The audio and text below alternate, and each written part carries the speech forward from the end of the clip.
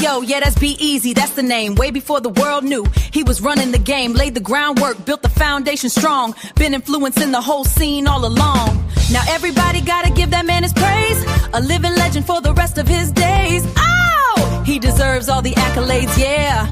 B-Eazy, B-Eazy. Gotta give that man his praise. A living legend for the rest of his days. Oh, he deserves all the accolades. B-Eazy. B-Eazy. He got that certain kind of profile, smooth and effortless style. He's so fresh. Makes the whole room stop and stare a while. Hear him asking, who's that? Mama, there he goes again. The way he moves, you know he's gonna win. Oh, you ain't know? That's just B-Eazy. B-Eazy Dat Dude. That man right there. B-Eazy. We all here to see B-Eazy. We wanna listen to B-Eazy. Ayy, we all like B-Eazy. Nah, matter of fact, we love B-Eazy. Believe me, he really that dude. Subscribe to the channel, it's easy to do. If you care, then go ahead and share this fire content, extraordinarily rare. That's why I put that on my mama, he is that dude. And I put that on my daddy, he is that dude. So yeah. Listen up. It's B-Eazy Dat Dude, the great. He ain't fake, he one of the real guys. Spitting fire every stream. You've been late to the party, now it's time to realize.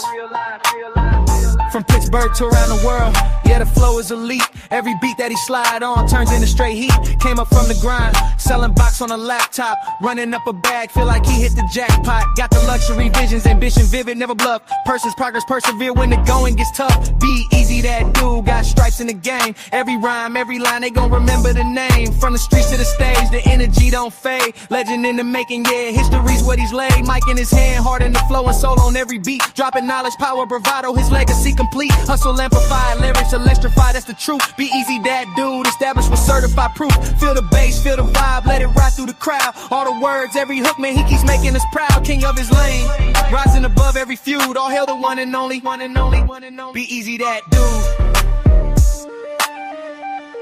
Yeah. Yeah.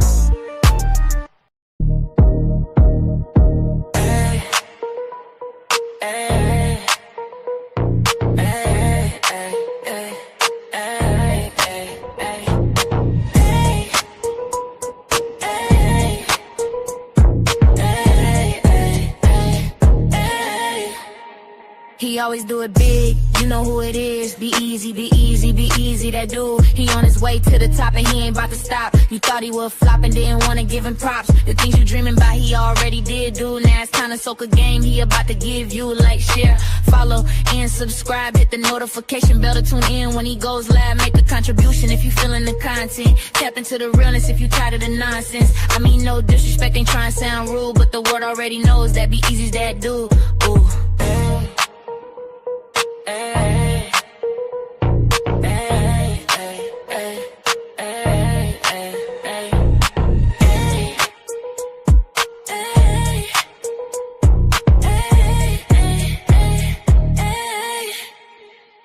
Hey yo, who is that dude? Oh girl, that's just B-Eazy. Oh boy, that's just B-Eazy. Well, who is B-Eazy?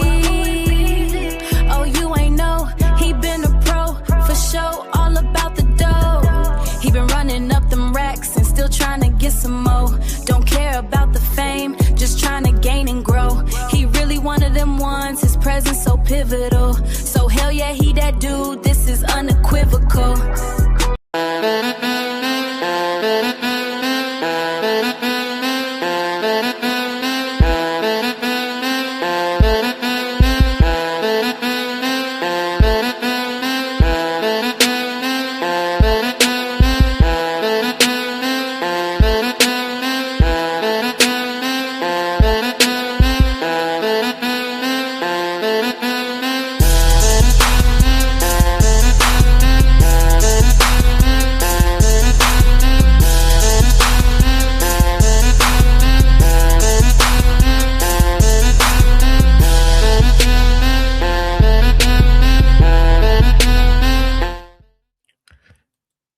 your radios up.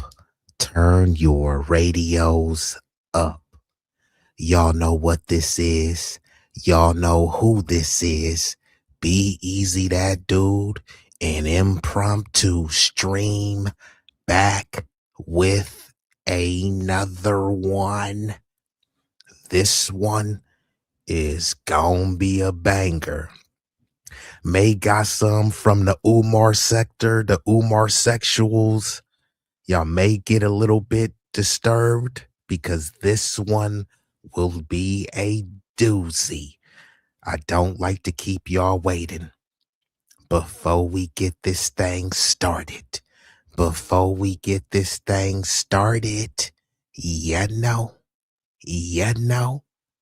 I gotta hit ya. If you know the song, sing along. Yeah, you're right. 私も地元民。と言っても時差が少ないです。もう友達できたの？うん。グッドファンのこっち見ない方がいいかな。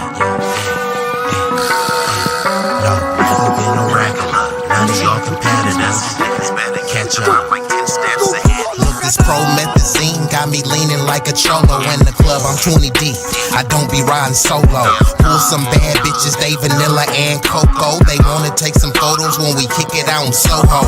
Chicks are showing tits and popping pussy for my promo. Told them like juvenile, baby, move it for me slow-mo. Then I'm right back to the block, cause I keep getting modo. I be flipping, not shrinking. I don't give a fuck about This nigga name ain't D-Lo, but pimpin' these bitches and stacking this bread forever be my stilo. This is B-Eazy Dat Dude in the trap making pass smooth. If I ever go broke, then I'm about to pull a jack move. Since a nigga healthy, I don't even gotta worry. With my bitch from Fiji, eating tandoori and chicken curry. That ism is really in me. My pimp game international. I design my own clothes, so I be always looking fashionable.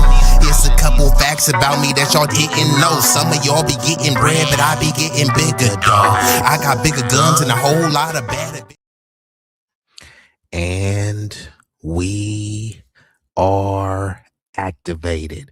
And we gonna get right into it, but we've already been joined by some illustrious guests. We got none other than the man himself, S. Venom, JB Quinn. If y'all haven't subscribed to the brother channel, make sure that y'all do. Look up S. Venom. He is a musician. He is a producer. He is a philanthropist. He is a teacher and educator. So he is a man of many hats. I know the guy personally, and, you know, he is a respectable figure. We've got none other than the East Coast finest, Mr. Nassau County. Hey, Roger Meadows, where Brooklyn at? He says, so fresh and so clean. I'm still looking for the Haitian lady calling us dirty black Americans. She gets swept up by that ICE TPS. You know what? This chick, she went on a rant. I might have to pull up that from Professor Black Truth stream, but there was this viral Haitian chick who went viral for, are y'all black American, dirty black American? And they was like, hey, why you calling us that? Because that's what you are. So she didn't just double down. She didn't triple down. She quadrupled down. And you know what? There wasn't a lot of Haitians coming out and saying, you know, speaking up for us, but it's okay. We tell y'all to hold your own nuts and we'll do the same. It's okay. We got it from here. And we've got none other than the cosmic Chrissy. Love what it do, Chrissy. Driving, listening. Welcome everyone coming in. Share and subscribe. And remember, it won't cost you a fee. Like, share, commenting, and engaging with the chat and the creator is all free, right? So, you know, if you're feeling generous, you can hit the Cash App. But if you're a cheapskate, a tightwad, you know what I mean? Nothing wrong with that. But at least hit me with a like. I mean, you know, or if you hate what I'm saying, at least hit me with a hateful comment, right? Even the hateful comments helps boost the algorithm. So don't just sit there idly by. If you love the content, like it. And if you hate it, let me know and I'll drop the link. I'd rather have a discussion, but if you want to have a debate, you know, prepared to get destroyed and outclassed, but hey, you know, and we've got none other than the majestic Melanated Agenda. Salute to Melanated. I appreciate you. And we've got the UK fam dropping the T in the chat. What it do, what it be. Salute to dropping the T. And I feel like I need a spot of it. You know what I mean? And we've got none other than the marvelous my boo. What it did it do? She slid through. We've got Mr. Midnight Soul chatting from an undisclosed location in Northern America. We got Red Six in the mix like Twix. What it do? Appreciate you. And we've got Sackle Bulb. That's was who lying? Let me know. That's one heck of a name. Sackle Bulb sounds like a troll name. So let's get into it. All right. I appreciate y'all. Looks like y'all coming in heavy. So we gonna get right into it. So y'all seen the title, y'all seen the thumbnail, and Sackle Bulb. I want to know, Sackle, I hope you're not here to cackle. If you're here to chat, let me know who is the she that you're referring to. But we gonna get right into it. So I'm gonna react to this video from a great creator. This is a young brother, and he usually be cooking. His name is Afro Elite, and I'm gonna react to this video. This video is titled "Dr. Umar Desperately Reaches in Order to Bash FBA." Now, mind you, there. Dr. Umar, you had a run, bruh, but like nobody is really thinking about bruh like that. And then all of a sudden, he just comes out of left field attacking FBA, claiming that he agrees with many of our positions, but only if he can Pan-Africanize it, only if he can try to monopolize it for his own agenda. So we going to get right into this and break this thing down. And I would love for the chat to have some engagement. And if you want, I may not be here for a long time, but it will be a strong time. Let's commence. Where's Black America's diplomatic relationship with an African power? We don't have one. We foundational Black Americans. We American descendants of slaves. I don't even want to use the word African. I'm a foundational Black American. And look what you got. Foundational convictions. Huh? Come on, bruh. Look, hey, Umar, I didn't think it was going to be this early. Hey, Dr. Umar. Hey, Umar Johnson. Gotta hit you. What? How please? Nigga, please. How? Nigga, what? Nigga. Nigga, please. Nigga, please. What?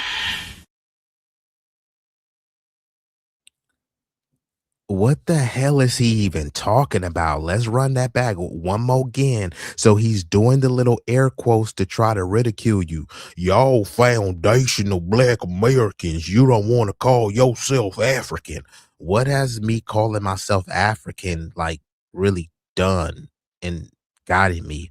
You don't know anything about Africa, but there's this desperate, it's very desperate and rather pathetic to just keep generically Africanizing you. You know nothing about Africa, but you're just supposed to call yourself African. For what? And all that does is just make you comparable to immigrants. All that does is strip you from what you fought, bled, and died for here. There's nothing wrong with being African. Many people, there's a bunch of Europeans with African ancestry, and they don't call themselves African. There's a bunch of literally the quote unquote heritage Americans. Guess what their ancestry is? Predominantly European. And they're not even calling themselves European.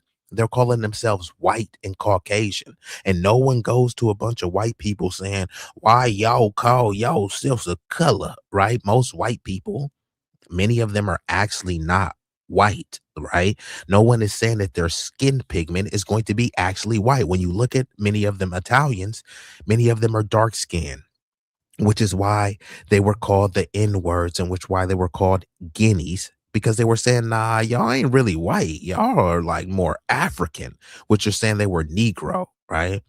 So people recognize this.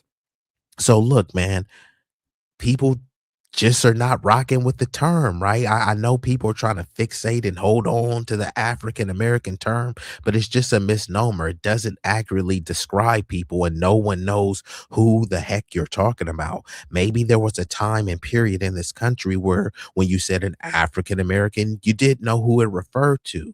But now the history is getting muddied, the lineage is getting muddy to try to pretend that we're all just one big melting pot of a global Negro. And no other group does this. No other group is subjected to this. There's over 560 federally recognized native tribes. Many of those native tribes have been remixed, recolonized, revamped, revitalized. Many of them have a bunch of chiefs that look like Macaulay Culkin, Justin Bieber, and Justin Timberlake. And they've convinced you that these are the true indigenous. Okay. So, and then again, why are the native tribes delineating? There's over 500 plus federally recognized tribes. Why aren't they calling themselves one big Native American? Why aren't they calling themselves one big indigenous population? No, they're saying, no, we're all different, right? And people honor that distinction. But with us, we have to pretend that we're all the same.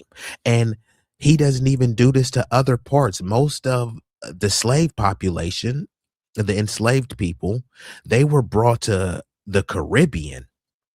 He's not going to the Brazilians and demanding that they call themselves African Brazilian, not Afro Latino, not Afro Hispanic, African, right? Since you love the term so much, why aren't Haitians calling themselves African Haitian?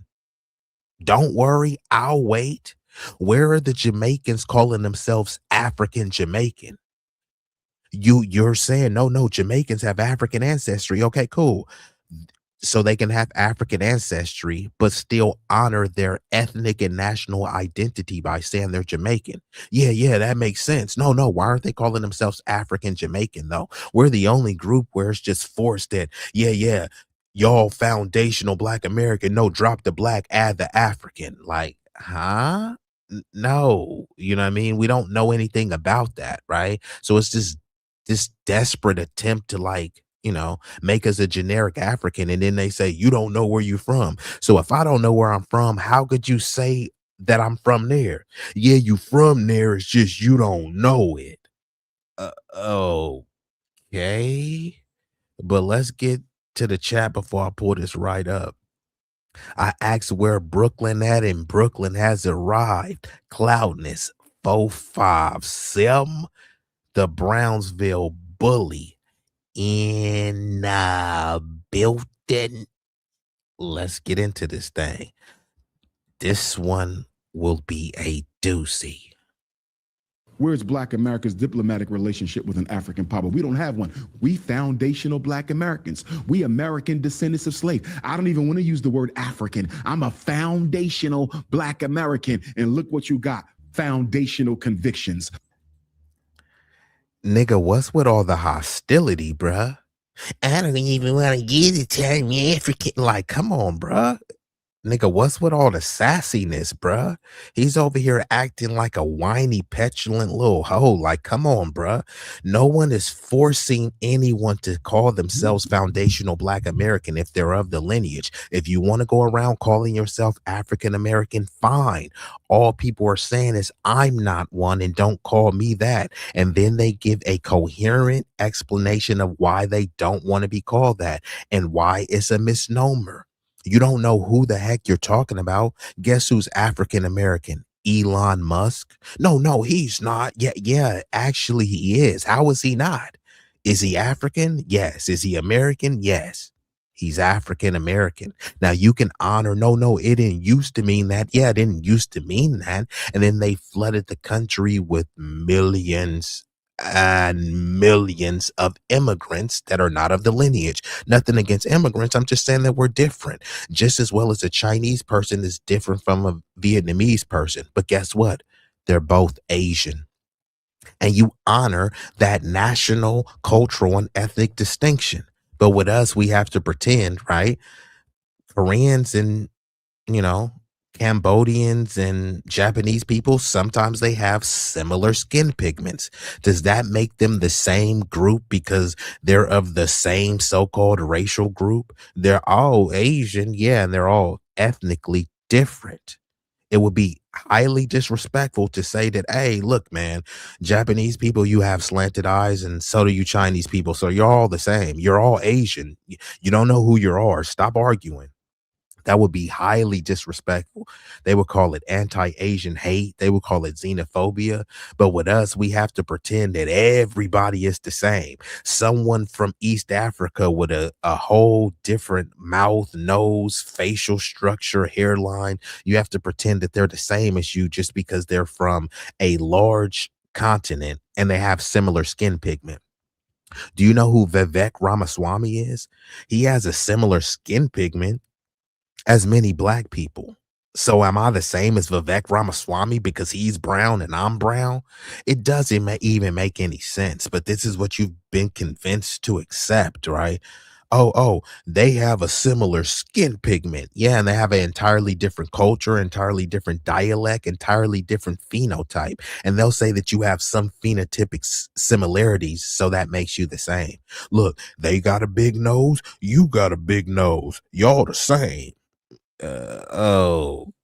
Okay, but let's get it back into it. You said, Umar, where's the friggin' school and when is it opening, sucker? Yeah, bro is over here trying to wag his finger. Where's y'all diplomatic relationship, bro? Where's your school? Seriously, like, where's the school, bro? He's talking about he's the Prince of Pan-Africanism, and guess who's funded the school? Is foundational black Americans who have mainly funded the school. He's wagging his finger at us. He said he's the Prince of Pan-Africanism, but there's no African nations that have funded his school. Where are the Nigerians that have funded his school? All you hear is crickets. Where are the Ghanaians that have funded his school? So he's wagging his fingers at the very group that he wants to fund his school. It's called the Marcus Garvey, and he wants you to look at Marcus Garvey as some say. To me, hey, maybe Marcus Garvey has done some good things, said some good things, but he said a lot of disrespectful things. He said a lot of disingenuous things, and he engaged in some tether behavior. So it's kind of like a mixed bag with me with Marcus Garvey. We can't try to like lionize him and pretend as if he was like, just this great unifying figure, because what was he really unifying people for? Did you know he was calling himself like the provisional king or prince of Africa, but he's never been? Imagine somebody saying, man, I'm the king of Brooklyn, but they've never been. Imagine someone saying, I'm the king of California. Have you ever been? No. Do you plan on going? No. How are you the king of California? You didn't put any work to do that. You just declared yourself that. He tried to use whatever notoriety he got from us, foundational black Americans, because he was Jamaican. And guess what? When he went to Jamaica, he tried to run for president, and the Jamaicans, his own people, said hell to the no. They voted for a W person over him. So all of this unifying stuff that Marcus Garvey was supposed to do, I mean, it kind of fell flat in his motherland. You know what I mean? So ironic. You messing up his grift.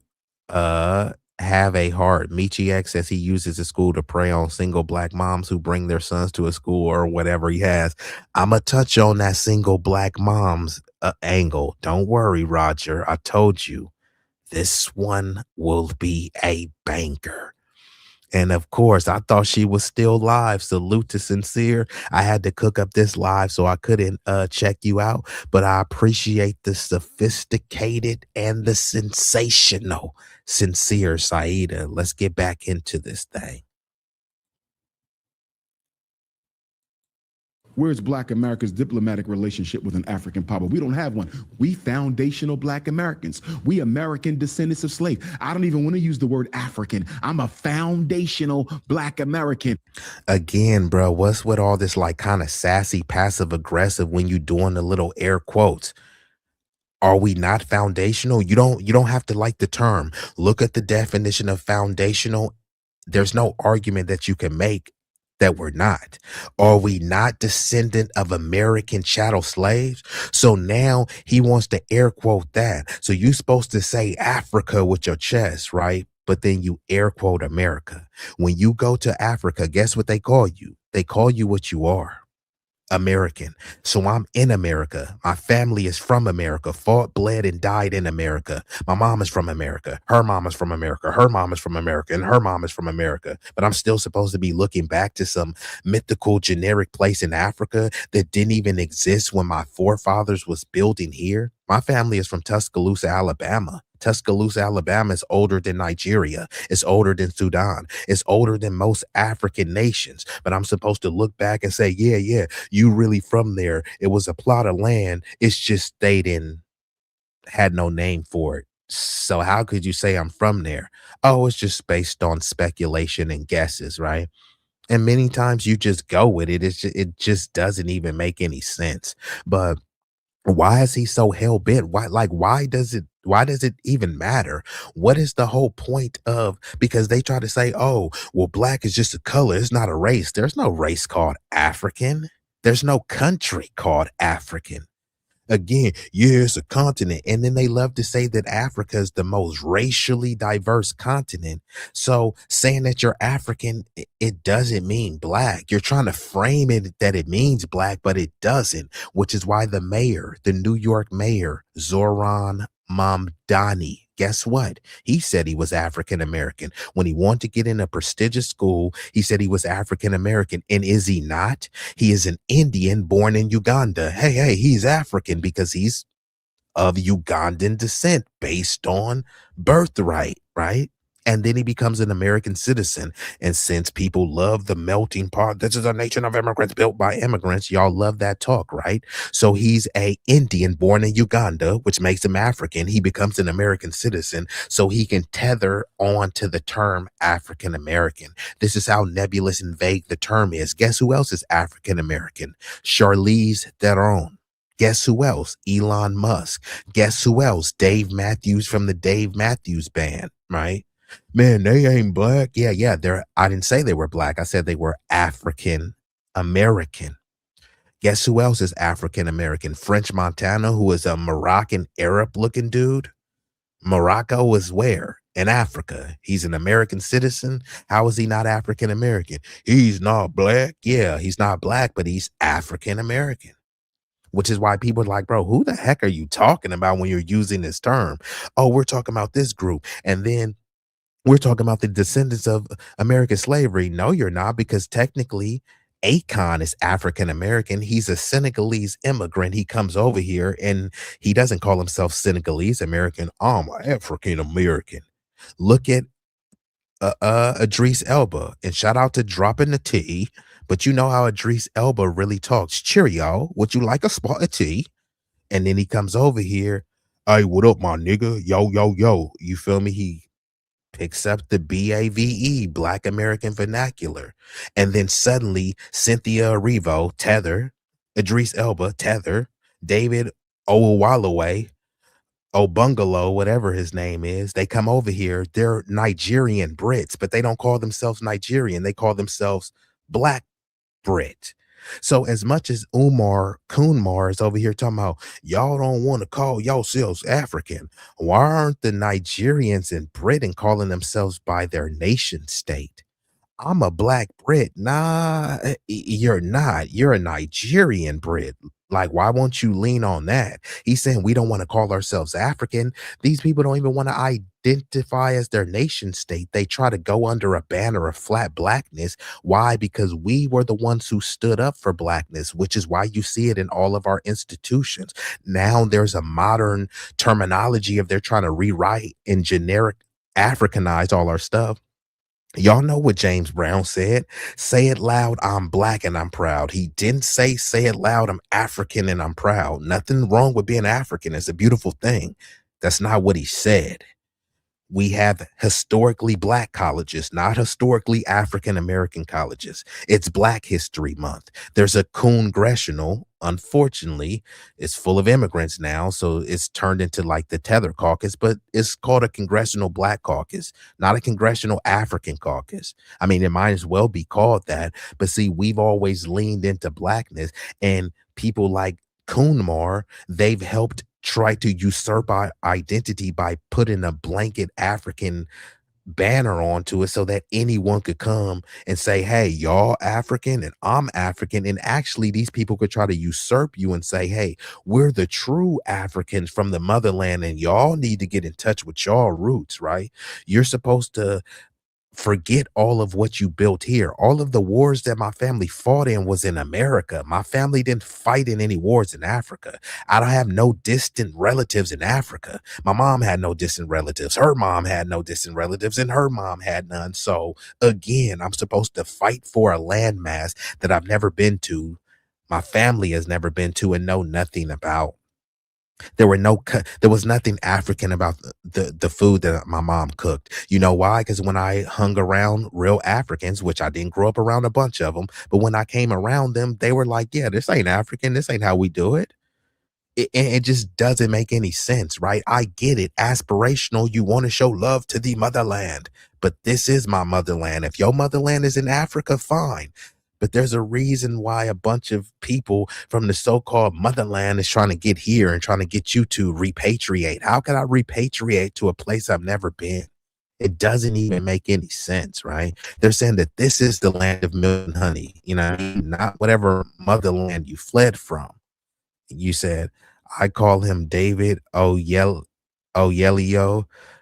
Well, David Yodelehihu, like, I don't care what dude's name is, bro, is a tether. And he's not a tether just because he has a different lineage, but all of that disrespectful stuff that he was saying is like, yeah, that's not just gonna go unchallenged. Sabby lit into Vivek dumping on us while the pink people he's trying to get in good with tell him that they're not interested in him, all while saying a bunch of racist stuff for him to go back to India. Yeah, they're calling Vivek Ramaswamy, who I call him Vivek Hot Pastrami or Vivek Racist Swami, but they're over here calling him a Pajit. They're over here calling him a street shitter.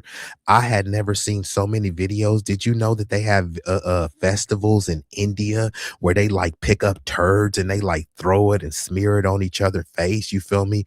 They eat like, you feel me, bean pies, bean burritos, you feel me? Bean salad, and then they have poop festivals. Whose culture is that? Who's raising these people? Now, I'm not into disparaging people and saying that everyone of that racial or ethnic group participates in a turd fest, but I'm just saying there are some people that have done that. Shout out to the dude Supper Ray 14K. He would show people doing this little goop scoop where it'd be some Indians that was cooking food. They would have like toenail soup or, like, you feel me, like pubic hair pasta, like all sorts of little weird stuff, you know what I mean? Stuff I would never eat, but I'm just saying, whose culture is that? When we say we had soul food, you know what I mean? We have terms like, man, hey, so and so, man, you put your foot in it. These people, like, they literally were actually putting their foot in it. The term like break a leg, like, we don't really mean break a leg or, oh man, you put your foot in this dish, right? They are literally putting their feet in the dish. So, you know what I mean? If you have a peanut butter sandwich, rather than some strawberry jam, they add toe jam. And I'm not saying it's everybody, but I'm just saying, whose culture is that? And you're not supposed to say anything because, oh, look, some of us are smart and some of us, are good with tech. Yeah, just like us. Some of us are smart, some of us are innovators, and some of us are ratchet, and some of us are degenerate. That doesn't speak to all of us. But if y'all want to say that, some crusty, musty, dusty nigga from Chicago, because he did a drive-by, then that's black culture, then you can't tell me that these Indians having, boo-boo festivals, how is that not your culture? And let me try to find the videos, because y'all must think I'm jawsing or something. Let me try to find the videos of the poop festivals, and they were pretty massive. I'm like, ooh, it almost looked like Woodstock. Imagine Woodstock, but people are smearing doodle on each other. I'm just saying. And shout out to Frank Nitty, Mr. Gritty, putting on for the biddy. Hey, my bad. Hey, I forgot. I forgot. My bad. You know what? I did go a little bit overboard. My bad, y'all. I want to issue an apology. Give me one moment. Hold on. Do I have it? Here's my apology. Talo. Sorry. Sorry.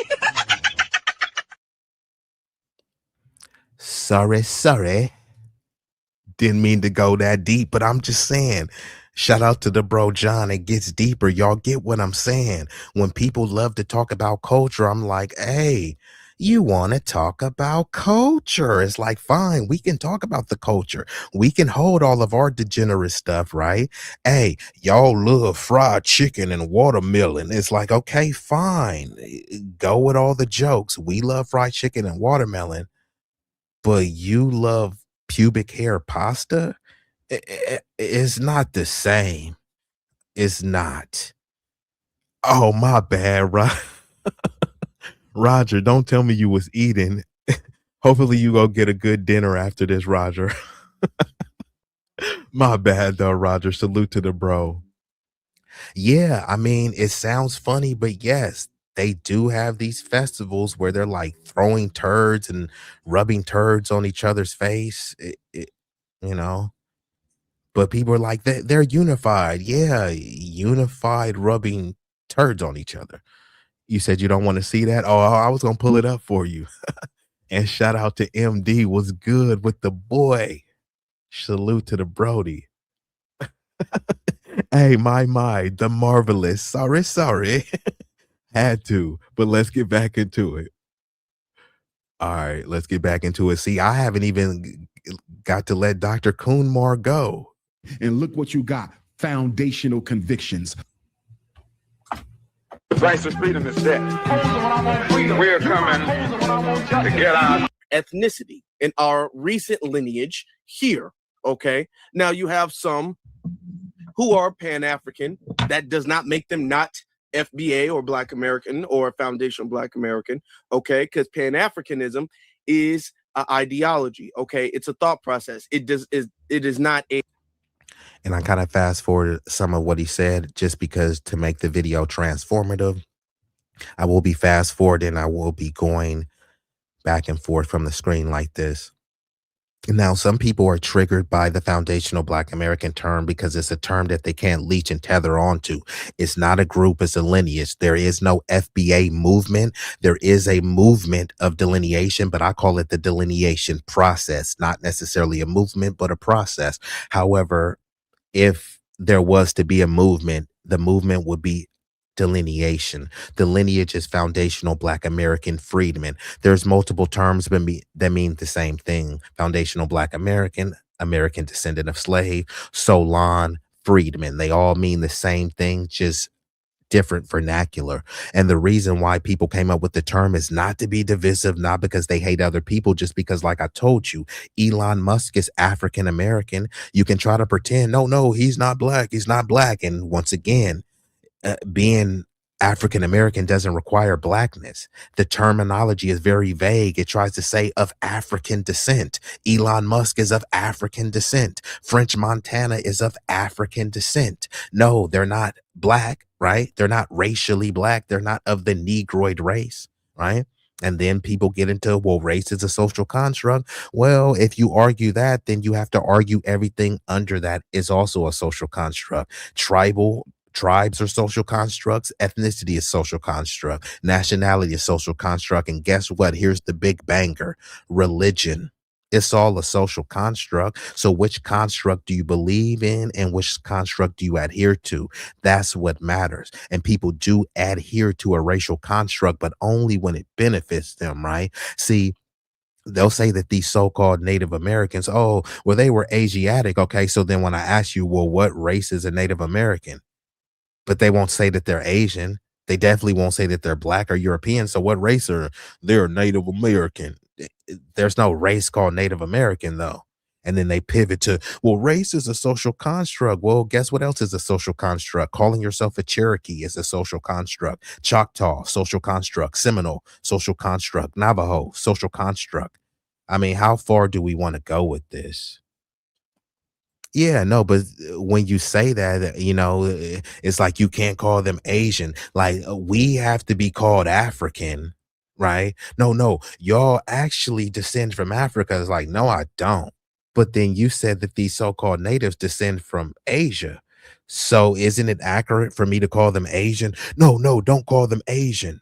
But you said they descend from there. Yeah. But they became a new group forged here. Oh, just like foundational Black Americans. We became a new group forged here.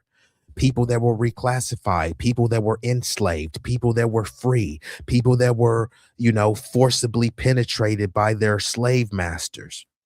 That's an entirely new identity, an entirely new ethnic and racial makeup. So you'll honor it with one group, but then try to say, no, it doesn't make sense with the other group. It's just the hypocrisy because it serves a benefit to make us generic Africans and to displace us from this land. So we're looking to a foreign, distant land so that you can't claim what's yours here. You feel me? Imagine you from Oakland. You feel me? Town business, East Oakland. Yeah, that's right. But they have you looking to Utah, right? So you never get to stand on what you're owed in East Oakland because you think that you should be building something in Utah, but it's like you haven't even got what you were supposed to receive in East Oakland. You definitely ain't finna get it in Utah with a different climate, different racial demographics. Like, what are you thinking, right? So they want you, hey, go to this place that we've already destabilized and try to build up there. Go and pull yourselves up by your bootstraps here. We're the most as dysfunctional as we are.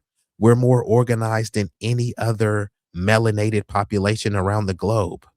They talk about Pan-Africanism, right? This is why I don't support Pan-Africanism because it's a joke. And this is why people talk about Pan-Goofy. I'm a humanitarian, so I support the upliftment, the enrichment, and the enfranchisement of humans across the world. I don't discriminate based on race, religion, creed, and ethnicity. Others do that to us, but I don't do that, right? So for me, it's not just if you have a similar level of melanin, because where should the most Pan-African, the highest level of Pan-Africanism, where should it be practiced at? In Africa. Africans aren't united there. That's what Pan-African is, uniting, uplifting each other based on a shared African identity. Guess what? Africa, 3,000 different tribes, 54 countries, 2,000 plus dialects. Does that sound united to you?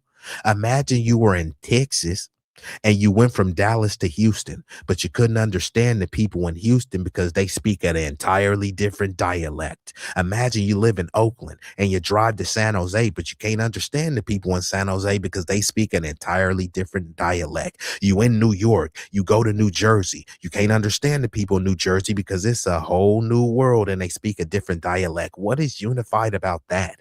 You got North Africans that don't even want to say they're African. Forget I know black poppy, I know African poppy, right? I am not an Abid. I am not a slave. They try to call North Africa. No, I am Middle Eastern. But guess what? There's no race called Muslim. There's no race called Middle Eastern. And there's no race called Arab. So again, what race are these Arabs? You just accept their ethnic identity of being Arab, but that's not a racial identity. So again, what race are most of these Arabs? You haven't even thought about it. What race are many of these Muslims? You haven't even thought about it. You just accept them being Muslim. Are all Muslims created the same? Are all Muslims just interchangeable simply because they read the Quran? No, you understand the racial, the ethnic distinctions and nuances, but only when it comes to other groups. There's no race called Arabs. There's white Arabs and black Arabs. But when you think of an Arab, you think of a person, a caricature of someone that looks like Bin Laden or someone that says, welcome to 7-Eleven. Is that what all Muslims look and sound like, though? Fair questions to ask. But yeah, I appreciate you said natives are just white now very white. And this is what I'm saying. And then they've convinced you that if a black foundational black American freedman claims any native ancestry, y'all just some pretendians, you from Africa. And then meanwhile, you got these Lily W's. I'm talking about many of them look like Justin Bieber, Macaulay Culkin. Who else? Name somebody else. They look like a bunch of Backstreet Boys, and those are the tribal chiefs. And people are like, they're indigenous. He's a chief of the Cherokee, and the great history of Cherokees is like, yeah, but the history of Cherokees, like, the tribal chiefs didn't look like that. And it's like, oh, shut up. You just hating. You know what I mean? You're from Africa anyways, right? You know what I mean? But again, they're not saying these so-called natives are Asian. And then they'll say, well, yeah, maybe they was Asian, but they came from Asia 10,000 years ago. So it's like, okay, yeah, but when did they stop being Asian, right? Because in 1,000 years, they still gonna call you a generic African. In 10,000 years, they still gonna keep calling you a generic African. So again, these people were able to strip their Asiatic identity and assume an American identity. And think about this. They're called Native Americans when they said they were resisted being called American, which is why they had those reservations. Those reservations were completely different sovereign lands. So how could they be American when they're saying, hey, look, you already stole our land. We don't want to further bend the knee and capitulate to you. So yeah, we'll have our reservations, but those reservations had their own name. And then they'll say, oh, well, this was Turtle Island. Compared to who?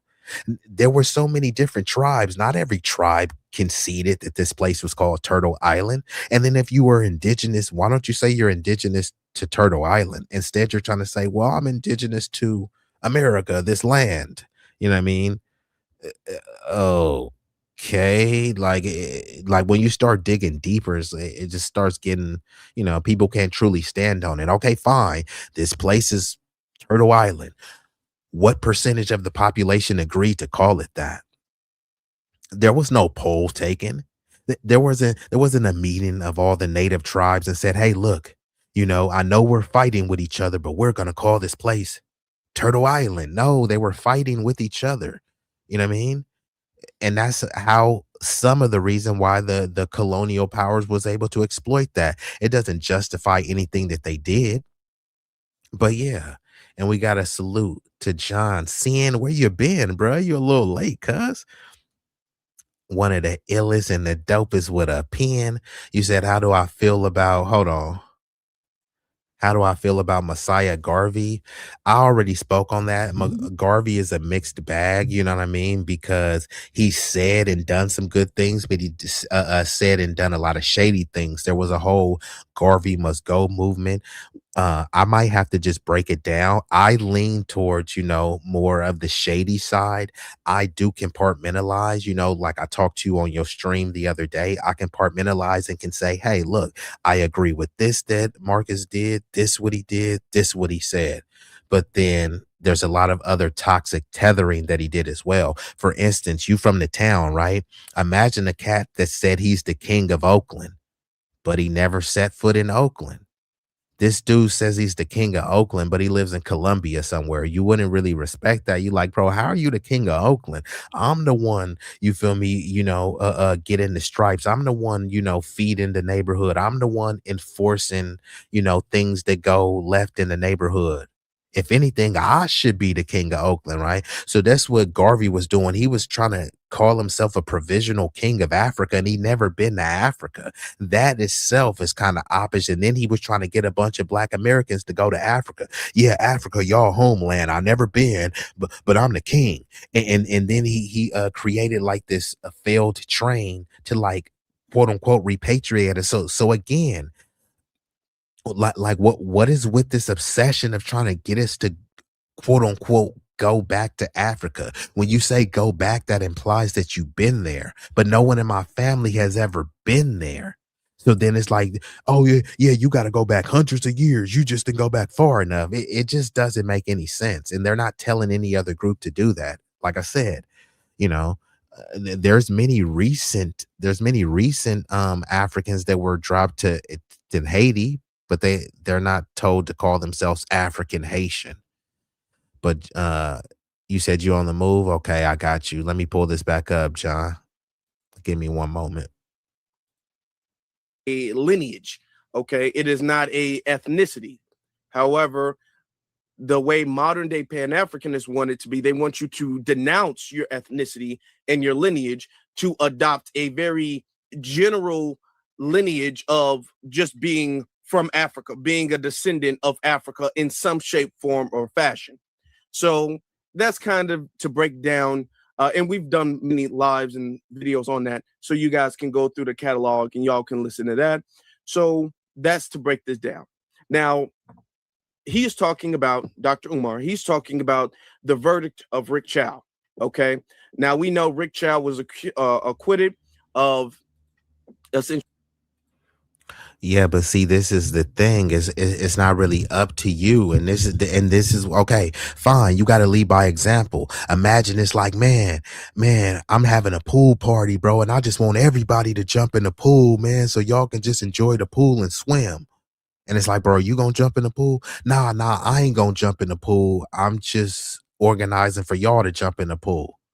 But it's like, that's a little bit weird. This your pool party. Do you want to jump in? Nah, I don't want to jump in. So it just starts looking a little bit sketchy. All your whole thing is saying I'm the king of Africa, and you're organizing people to go back to Africa, a place that you never been. And we supposed to see that as good. Yeah. He tried to get them to go back to a place that they never been. How about you lead by example and go? If he had went, maybe it wouldn't be as shady. Then there were things where they said he fumbled the money. There was a case where some dude was supposed to testify against him, and then he ended up unalived, and there was some foul play that was suspected. So like I said, it's a mixed bag. Some people, they've only been told the glorified story, and then they try to say, see, it be your own people. Yeah, it be your own people that sell you out. So don't try to tell me to not call out someone selling out or tethering because of skin pigment, right? Because Marcus Garvey is not of my lineage. He's Jamaican. Just because we have a skin pigment, we can't try to pretend we're the same. And that's the type of stuff we're on. He has a certain level of melanin. You have a certain level of melanin. Y'all the same. No, we're not. Are you Jamaican? I'm not Jamaican. I'm not. I didn't grow up eating jerk chicken. I didn't grow up eating curry goat. Nothing wrong with that. That's of a different culture, a distinct culture. Trying to collapse it and pretend like it's all the same. It all it is serve. It just helps make the ethnic and cultural erasure even that, much easier. You know what I mean? Always think of it like this, sushi originated in Japanese culture, right? Filipinos don't try to take credit for sushi because they know that, hey, yeah, we're racially Asian, but we can't take credit for what another ethnically Asian group has done. You know what I mean? But other groups will do that, right? We create hip hop. Hey, I got a similar level of melanin, so we all created hip hop. No, you didn't. Like, bro, you're from Burkina Faso. There was no hip hop created there. Salute to you.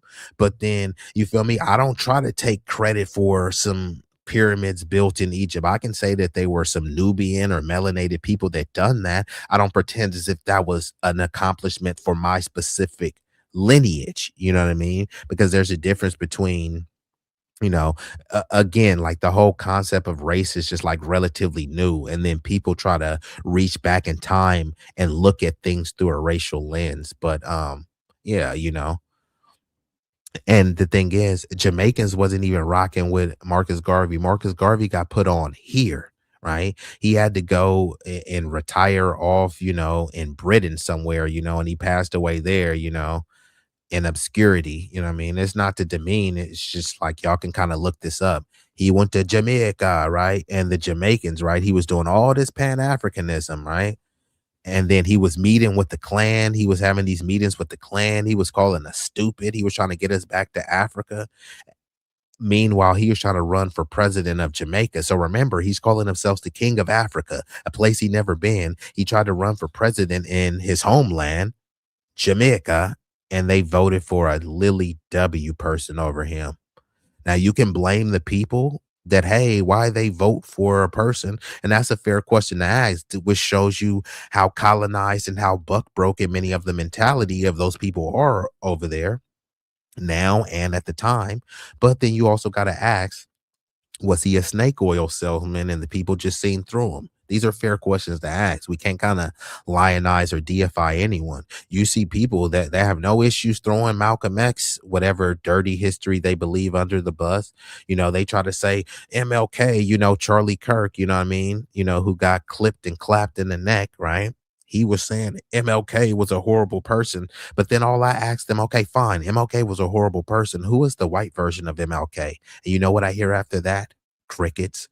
They try to say MLK was bad, but then in the very next sentence, they'll praise not only a person who was a slave owner, but someone that engaged in, that was a MAP.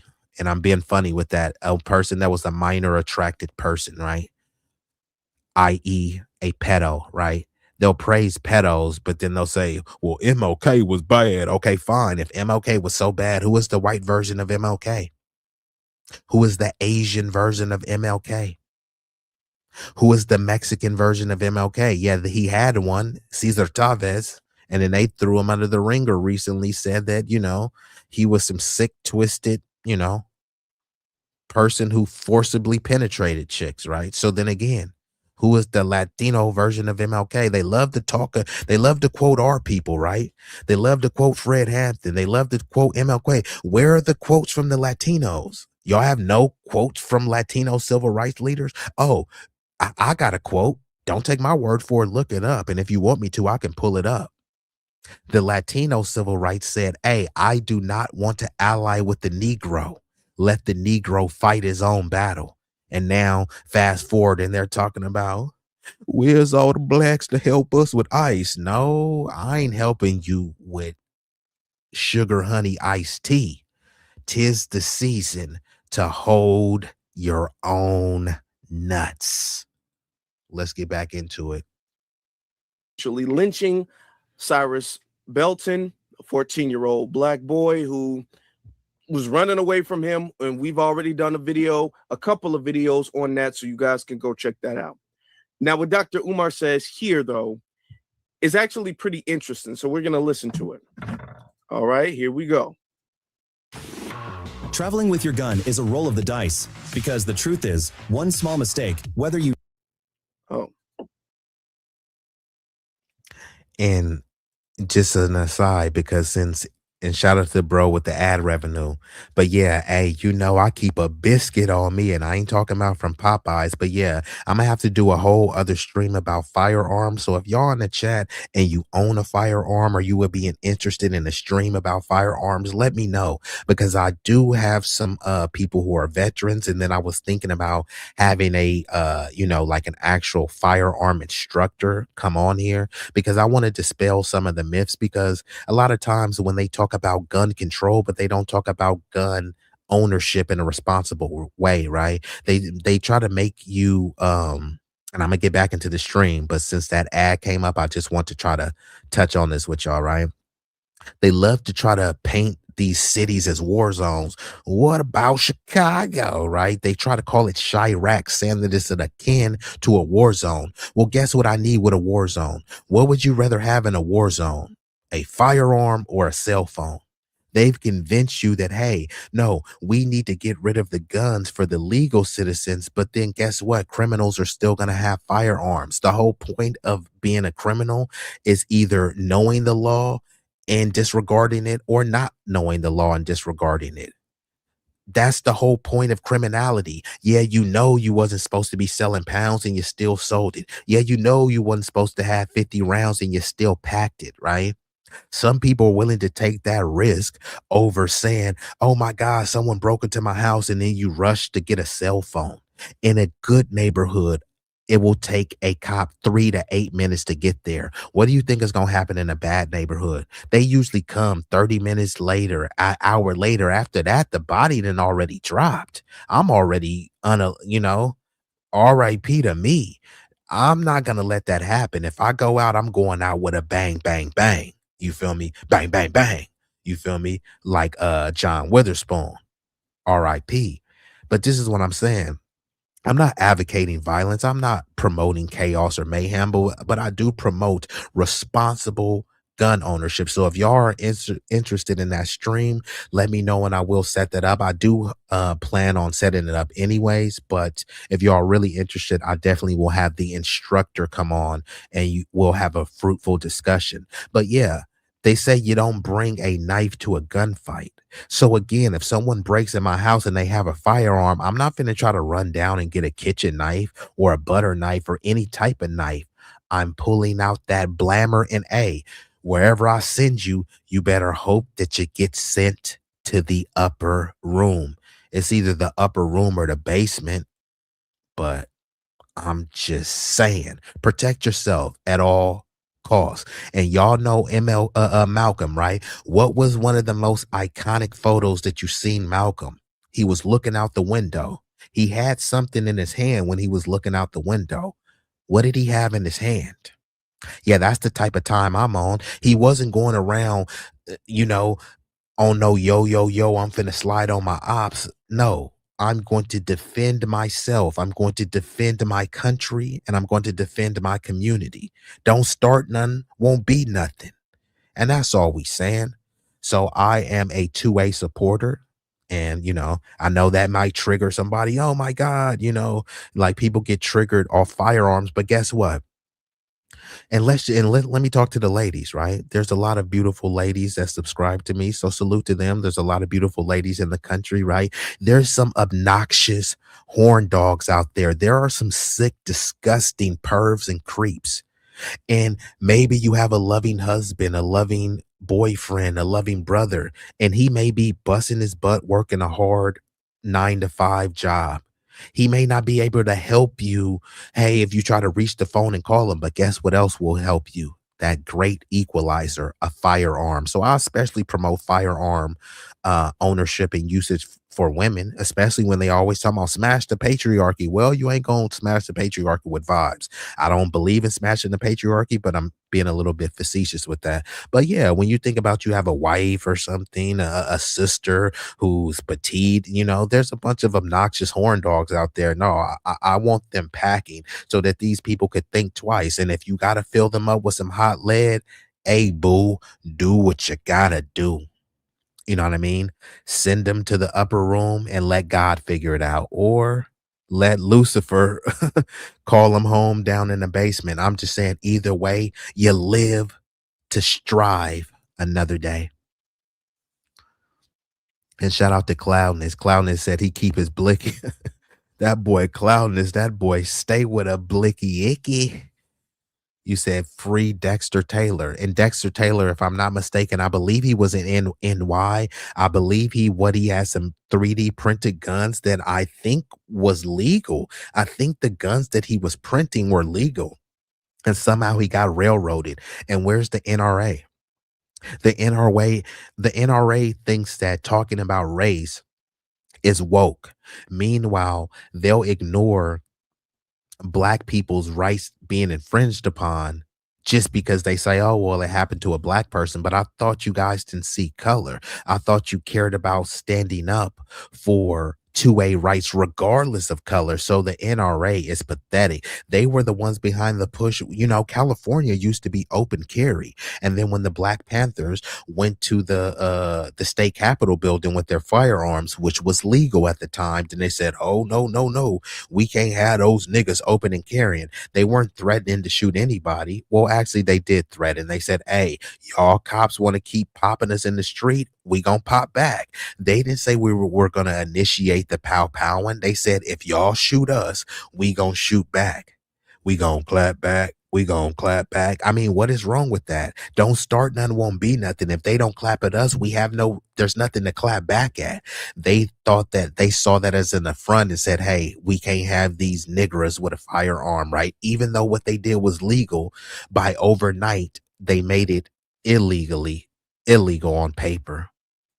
And you said, I don't get triggered, I pull triggers. Hey, I respect it, right? By any means necessary, I will defend my life. And to all these cats that think they so tough, you know what? You can be the hardest, I'll just be the smartest. I won't even hold you. When you start telling me how gangster you are, you know what? I think you're Tony Montana. I think you're Frank Lucas. I think you're Rayful Edmonds. I think you're Tookie Williams. When you start threatening me, guess what? I start to fear for my life. So that means when you get anywhere in my vicinity, remember, I fear for my life. So that's why I had to one up top you. That's why I had to boom bap you and get you up out of here. But it's only for the fear of my life. But let's get back into it. But before I do, I got to give a shout out to the hardest working mod on YouTube, Vibrant Low. Appreciate you. Okay, right on, Roger. You know I try to stay abreast with my people, and it looks like the people are starting to roll in, so I'm going to get back into it. I present to you Umar Johnson. Here we go. Here we go. Asian privilege in white America. Asian privilege in white America. Remember, the white man loves the East Indians and the Asians because they are small populations, first of all, but they're growing. They're upwardly mobile, and they share the same hate towards black people as they do.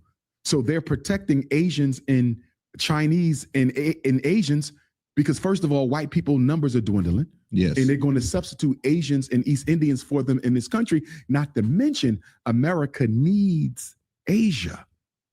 Excuse me, East India, because they're the fastest growing population in the world. They're the tech giant of the world. America cannot afford to be on bad terms with India because if India links up with Russia and China, America got problems.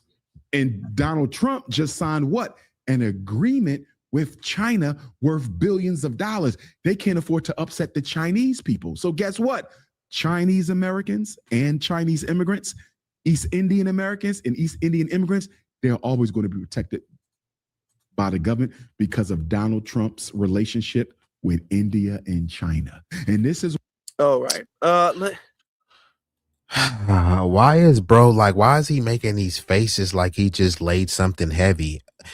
Of course, these groups have always been protected. That's what we've been saying. That's the whole concept of a model minority. A model minority is saying that you are our pet demographic. Hey, don't act like the niggas. Act like we want y'all to do. Act, step, fetch, jump. You know, when we say jump, y'all say how high. And guess what? Oh, y'all jumped when we said jump. Look, you're the model minority. See, why can't y'all be like them? They're the model minority. That's extremely disrespectful to allow yourself to be called that, right? And I might have to pull it up since y'all don't want to hear it from me. I'll pull up a Asian Chinese person saying how, you know, the soft bigotry in that term, right? So he acting like he just laid something heavy saying, oh man, they protecting the Asians. Of course, they're protecting all of these other groups. That's the whole point. That's the concept of a buffer group. They bring these groups in to displace us. These groups are supposed to be above the niggas, but never up to contend against the power structure. So they can say, hey, look, what white supremacy? It ain't no racism. See, the same group just keeps being at the bottom. See, look, Asians are doing well. Latinos are doing well. See, it's not about race. It's not about white supremacy. It's just about those blacks. They want to stay at the bottom. And then they say, no, it's not about the blacks because look at the Africans. Those Nigerians are doing so much better, right? So all of these other groups are brought over and they're willing participants, right? They don't look at the system of white supremacy and say, damn, man, what they doing to the black foundational black American freedmen is rather disgusting. They don't say that. They come and pile on. They agree with all of the, with all of the disparaging things that are said about us. And then when ICE starts to, threaten their comfortability, because there's no mass deportations going on. There's just theatrical and controversial deportations. And then they're still begging, well, all the black people went, well, what will we come out there for? And shout out to Big Rig. I appreciate you sliding through, Mr. 350. The big block boat rider, I appreciate you. And Melanated is still rocking. I like Melanated, the majestic, because she is very cerebral. You know what I mean? She's very inquisitive as well. You know what I mean? She likes to learn, but she's also teaching as well. So I'm here to learn and teach. So Black Panther's mistake was they wasted time going to Sacramento and protesting, not a single white face near protesting with them, instead of using that time to get signatures. I had touched on this as well. In spirit, It was good, right? They wanted to exercise. Now, it did accomplish what they want to do because there at that time, it was kind of a ploy to say, look, man, we stand on business. They wanted to legitimize themselves. They want to raise money. So they did accomplish that goal in raising the money, which helped fund, some other projects and resources. But ultimately, it's kind of like, picking your battles more strategically and wisely. So I thought that, while they should have been able, what they did wasn't illegal, but I thought it was misguided. And yes, that energy and that organization could have been better served. But remember, these were very young dudes. They were in their 20s. Some of those people were 18, 21. Now there's people that are 31, 41, 51.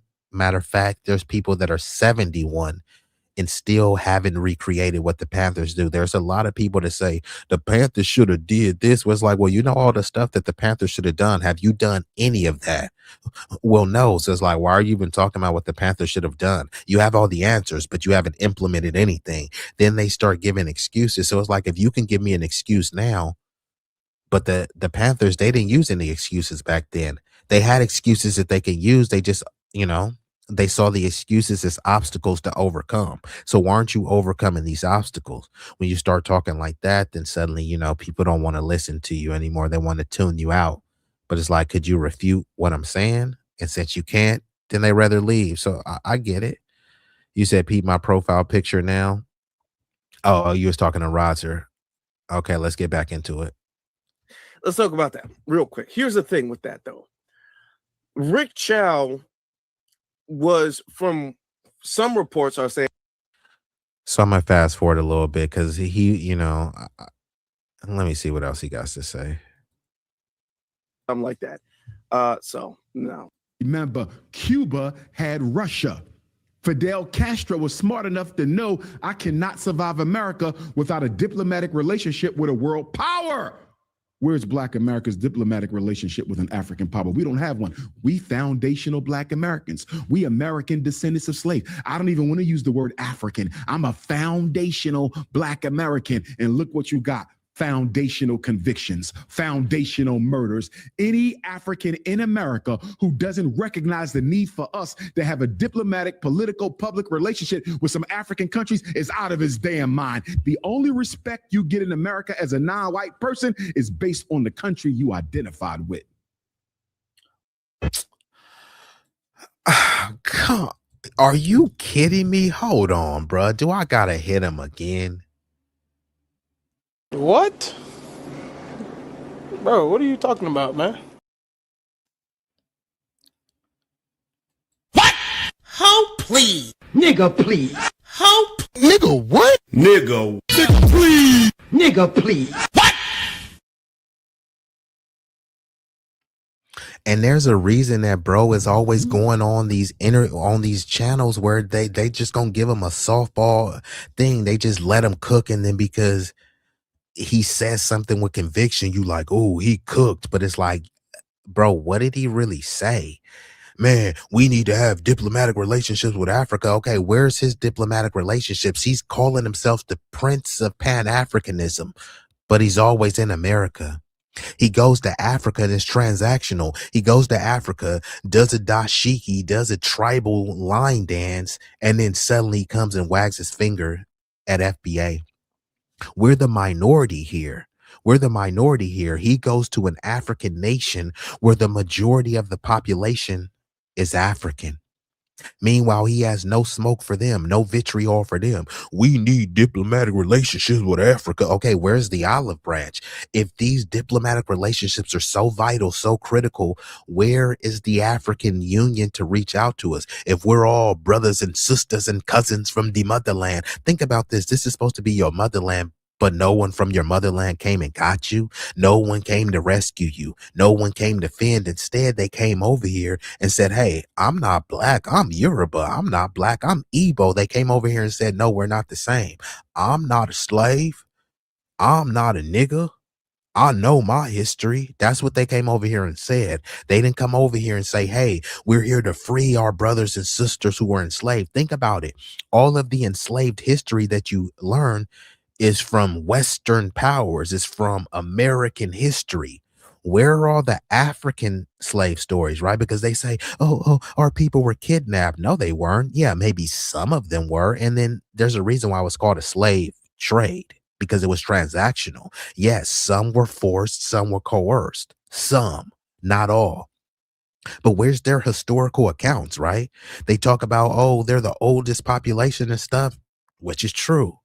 But where's your documentation? So if they have no documentation, whose documentation are we supposed to rely on? So then they'll tell them, y'all believe everything that the white man tell you. You know what? I'm going to discard everything that the dub man told me. Where's your history on slavery? If these are your cousins, your brothers, this is what they try to say. We all the same. We was just on different ships. How do you know we were the same? Like, where's the documentation? Oh, just trust me, bro. Like, we were the same. How could you say we were the same, but you have no documentation of it? It doesn't make any sense, but you've been convinced that, hey, they were all kidnapped. Okay, cool. Kidnapped from who? Who was the tribal leaders at the time? Because whose watch did it happen on, right? Because let's say you were working at Walmart, right? And a kid got kidnapped on your watch. They're going to be like, okay, who was the manager? Okay, who's covering the security detail? They're going to have some names to point. Okay, fine. All these people got kidnapped. And y'all saying we don't know our tribe. Okay, they got kidnapped from what tribe? Oh, we don't know what tribe. Okay, who is the tribal chief? We don't know. Actually, what country was it? Oh, well, we don't know. It was just somewhere in West Africa. It probably was Nigeria. It's like Nigeria didn't exist then. Yeah, it was called something else. Okay, what was it called? Well, I don't know. So it's like you don't know. It's like you just kind of winging it here. But then again, this is what you've been taught, right? A bunch of vague stuff that you don't just question, because we all African. Like, are we though? We the minority with universal appeal. Yeah, we are the standard. We are the source. We are the pulse. I mean, you don't have to like it, but it just kind of is what it is. Why is it always a one-sided attack against us? They never address the slick bull crap that they say about us. These people are here to take. They don't give a damn about us. And this is what I'm saying. This is why I don't have a lot of respect for Dr. Kumar. And I'm saying doctor loosely, you know what I mean? Because he's always trying to do this. It's like he's just, I don't like to use the term grifter, although he would fit that definition of grifter, because you're talking about all this Pan-Africanism. Imagine, and I don't like Bibi Netanyahu. I don't like him. I think he is a genocidal goon. But Bibi Netanyahu is standing on business for Israel in Israel. He wouldn't be able to do what he's doing if he was in Philadelphia. That's why he's in Israel standing on business for Israel. Ibrahim Traore, the reason why he's standing on business for Burkina Faso, even though some of the stuff he's doing is misguided, but hey, I respect what he's doing. He's doing that in Burkina Faso. He wouldn't be able to do that unless he was home. So all of these other people, I'm Pan-Africanist. Okay, why aren't you on the continent of Africa? You're on an entirely different continent trying to get people to go to a continent that you don't even want to live in. Umar doesn't want to live in Africa, but he's over here getting mad if you don't call yourself African. And think about this. Think about how sick and twisted this is. You're in America, on the continent of America. Your family was here before America was even a country. However, you're not supposed to claim that as a national identity, as a cultural identity. You're not supposed to stake any claim in the heritage in America. But then you're supposed to look to the distant motherland in Africa. And when you go to Africa, guess what they call you? Guess what they say that you are and identify you as in Africa? They say that you're American. Huh? I'm in America. Call yourself African. You go to Africa. Hey, my fellow American brother.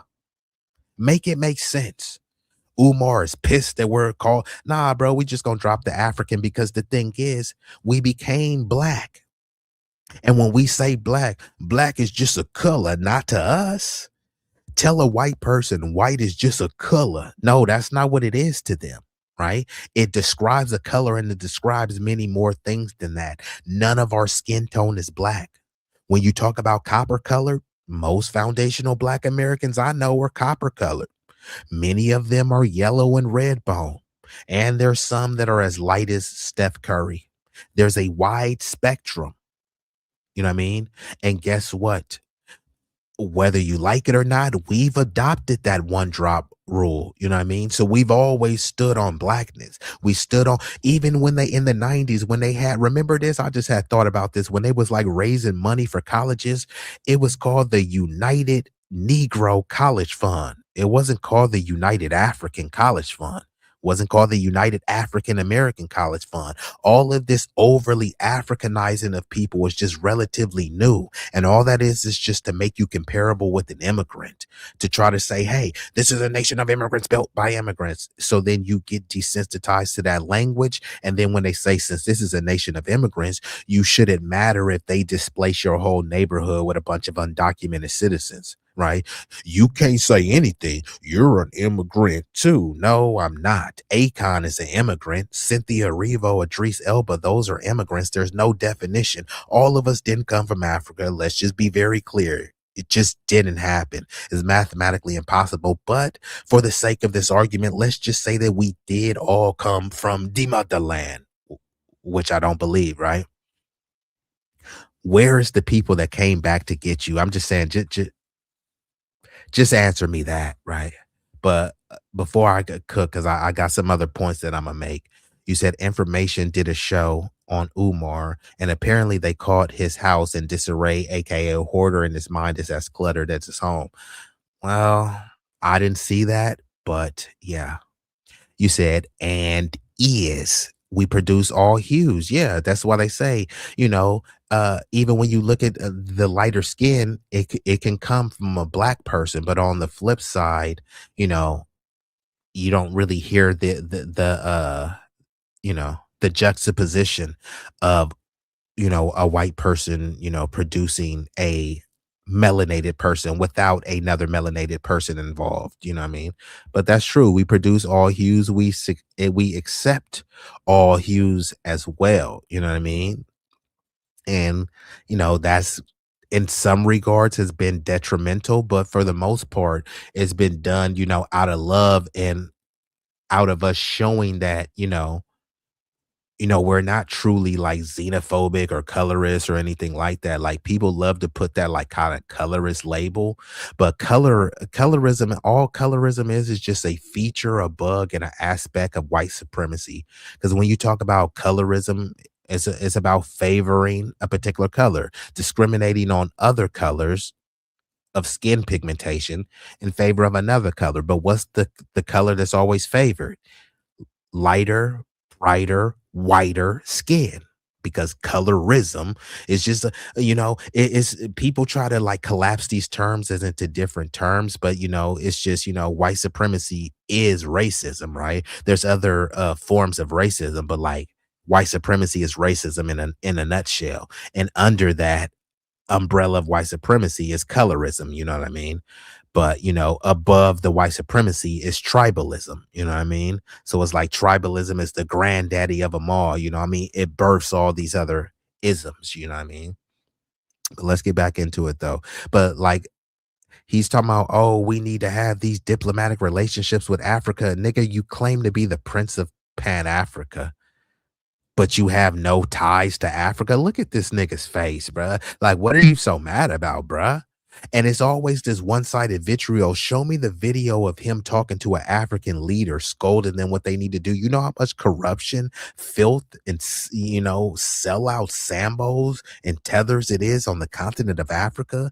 They're letting any non-black person come over there and smack them around. The Chinese people, they let any light figure. Look at Jamaica, right? Did you know that the majority of Jamaicans can't even enjoy their beaches? That's truly their motherland. Did you know that the majority of Jamaicans don't even live in Jamaica? Huh? So you're flying a flag of a place that you fled and don't even want to go back to. But then again, I'm supposed to tip my hat to that. Okay. Yeah, he is pissed. It's like, come on, bro. Like, what are you so pissed about? No, this is how people are pissed about that school. Nigga, where's the school? And I ain't even one of those cats that be on bro line like that. Like, where's the school? But then again, you talking about all these diplomatic relationships that we need to have. Nigga, you've been milking the community for, bro, from racks on top of racks, racks on top of racks. But guess where he's getting that money from? He's getting the money from foundational Black Americans. He's not getting the money from any Pan-Africans. There's no African nation that's funding this nigga. So this is just rather pathetic, right? And then because someone has a couple degrees, or they can talk fast, or they say something to pander toward you, then, you know, it's like, well, he do got a point. No, he will make some occasional good points that, you know, he'll destroy his own points with his own, you know, coonery and buffoonery. But let's run that back one more again. He's talking about we need diplomatic relationships. Look, he's expecting regular, average Joe, rank and file people to develop some diplomatic relationships with Africa. But meanwhile, the nigga who calls himself a Prince of Pan-Africanism, you have done nothing to establish those types of diplomatic relationships. Who are you to wag your little fat, chunky little fingers? Let's get back into it, though. All right. Here's the thing. He set this very reaching, weird setup with Rick Chow being like some type of conspiracy with the consequences of some World War III thing, and that's why he's protected all Asians. They get away with all crimes because they're protected because America's so scared of pissing off some other country. Okay, that's a reach, but he did that to set up this diss that he's going to say, well, what is our connection with some African power? Now, I think there's a couple of things that need to be said with this. Number one, first and foremost, you being foundational should not at all mean that you can't have a geopolitical connection or partnership, allyship with any African nation. It shouldn't mean that. The whole premise is that we have to now identify with another nation in order for that nation to aid us and assist us in all of that. We shouldn't have to do all of that. That wasn't necessary. And then think about what he's literally asking, right? So white Americans in America, right? They get allyship from whether it be France, right? Whether it be France, Italy, you pick a European nation that you would consider a predominantly white nation, right? They don't look at white Americans and say, hey, we was going to be y'all ally, but y'all ain't calling y'all selves European. White people don't go around calling themselves European. But guess what they are? European. They use the term white. They tell you don't use black because black is just a color. But white is a color that they have no issues using. They have no issues calling themselves white or Caucasian. Neither of those words are European. They seem to be getting along just fine. Of course, they, you know, have their civil wars and, you know, the toxic things that tribal groups do, but fine, right? They're still able to work together. But with us, oh man, we can't work with y'all because y'all want to call yourselves foundational Black American. Y'all don't even want to use the term African. Africans on the continent of Africa aren't even calling themselves African. There's 3,000 different tribes. There's no tribe called African. 3,000 different tribes. None of them are African. But then they come over here and then you have to pretend that you're all the same.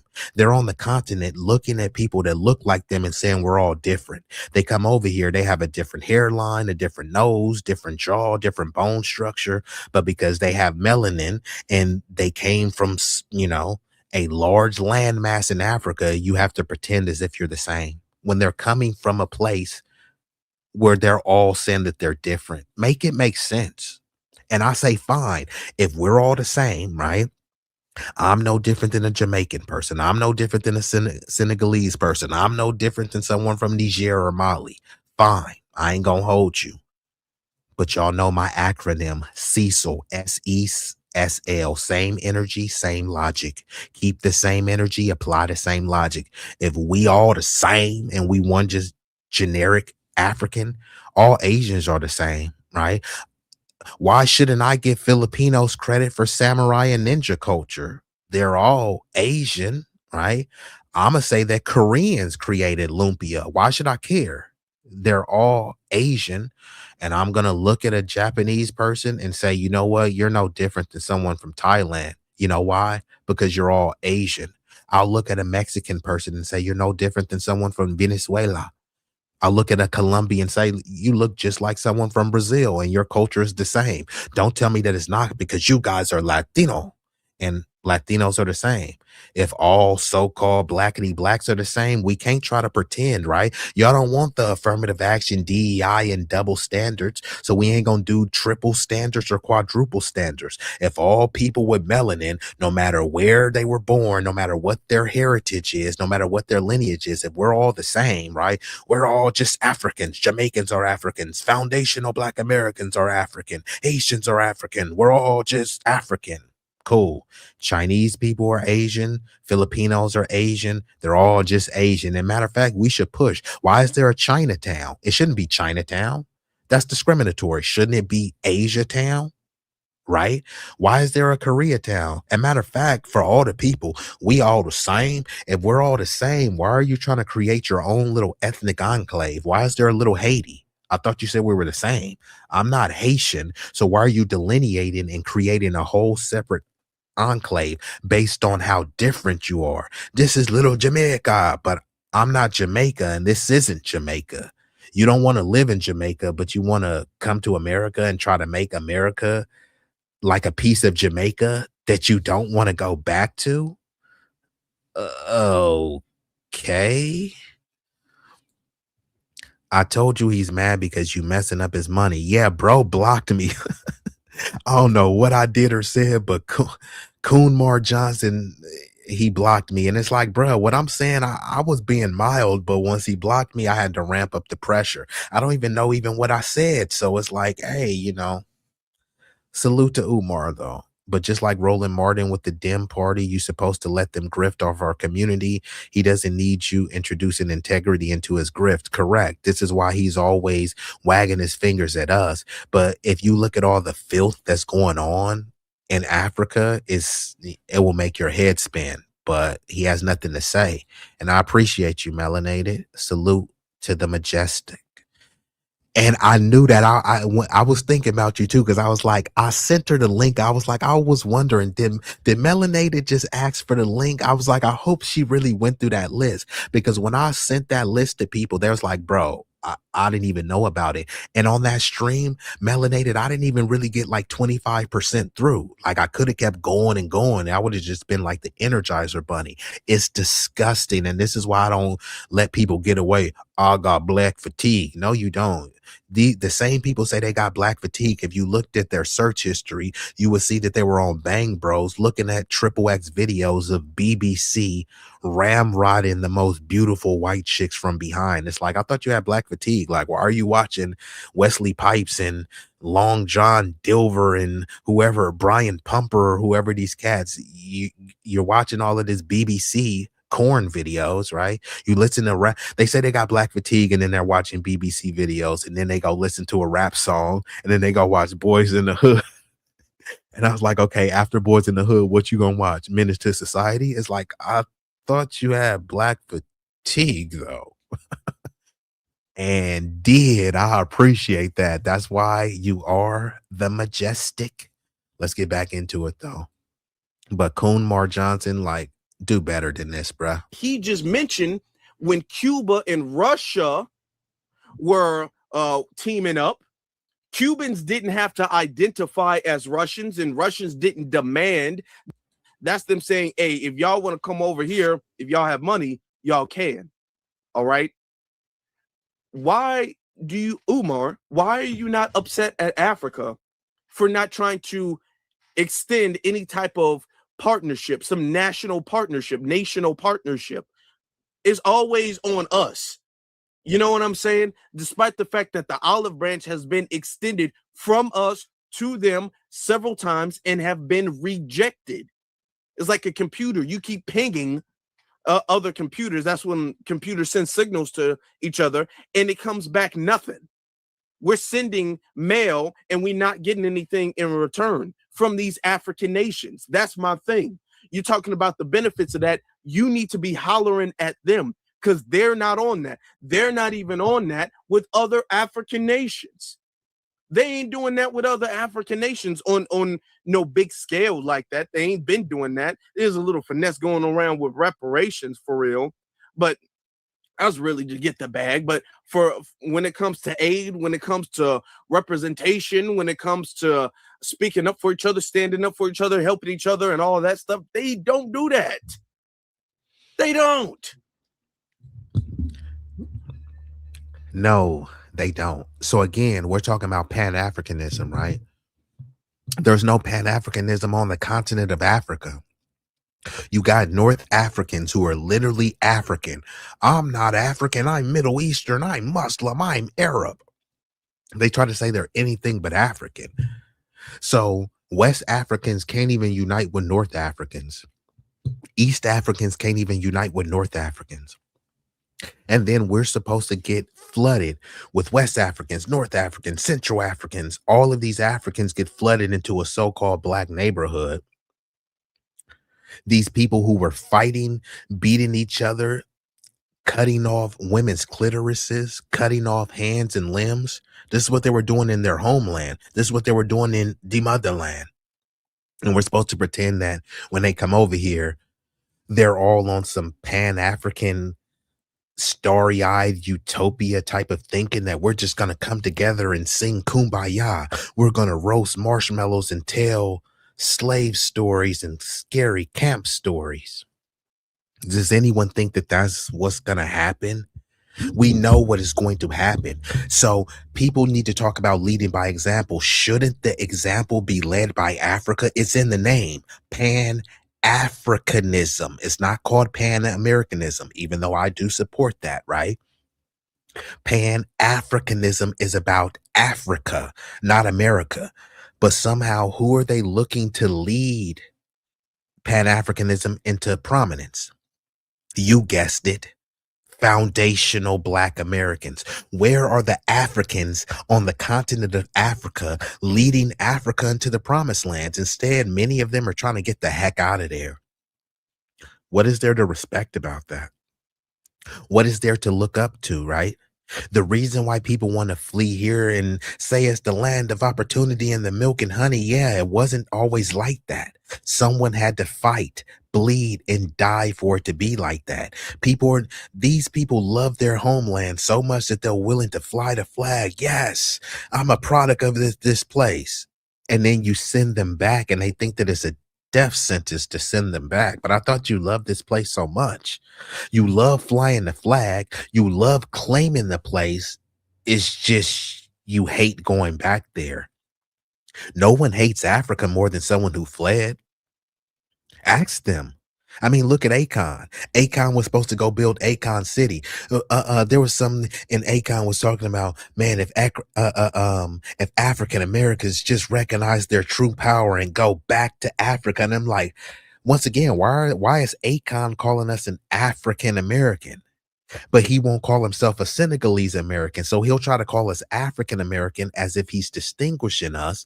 But then he'll also call himself an African American. Like, bro, which one is it, bro? You're a Senegalese immigrant, which there's nothing wrong with. But then you're also trying to tether on to the lineage and say, we went through this and we went through that. No, we didn't. I went through that and my family went through that. Your family went through something different. I would love to hear what they went through. Just stop trying to pretend as if it was Jim Crow, dead pianist, Crockman. And like Cloudness says, yeah, y'all mad at FBA, but y'all are EBA. Everywhere but Africa, or ABAs, anywhere but Africa. FBAs is divisive. No, what's divisive is on the continent, 3,000 tribes. Does that sound united, right? And if you guys are united, why do you need to have 3,000 different tribes? Why can't those 3,000 different tribes be collapsed under one African banner? That's not what they want. So if they don't want that in Africa, why are you trying to wag your fingers at us and pretend like, hey, you guys are xenophobic if you don't want to unite? It's like Africa doesn't want to unite. I'm just keeping the same energy. Later, for where the pain Africans are, I want to know, where's that Haitian lady that called us dirty black Americans? I'm putting an APB out on her. Nigga, I don't know. Shit, you could look for her. I really don't care about that chick. But like, forget her, because she's just one person. I don't care about one person saying disparaging things. What I care about, where are the Haitians to come and denounce that, right? There should be like, a very prominent Haitian figure to denounce that, because that's what they try to do with us. They go try and get some sort of public figure and talk bad on FBA and all this other stuff, right? But where's the public Haitian figure to like completely denounce that, right? Where's the public Nigerian that has ever said, I grew up calling black Americans cicadas, and my parents told us not to stay around. You don't hear prominent figures saying that. Even God free or God flee, he doesn't really say that. He tries to say, oh, I'm standing up for both. No, you're not really standing up for us, and we don't need you to stand up for us, Godfrey. What we need to tell you is to tell how toxic your community was, because they love to say, I got called an African booty scratcher. Like, no, you didn't. And we call that to each other. Everything that you got called, we got called. She's hiding in the hood trying to dodge the Iceman. Yeah,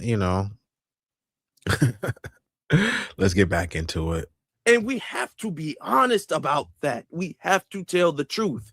So you can't blame speaking up for each other, standing up for each other, helping each other, and all of that stuff. They don't do that.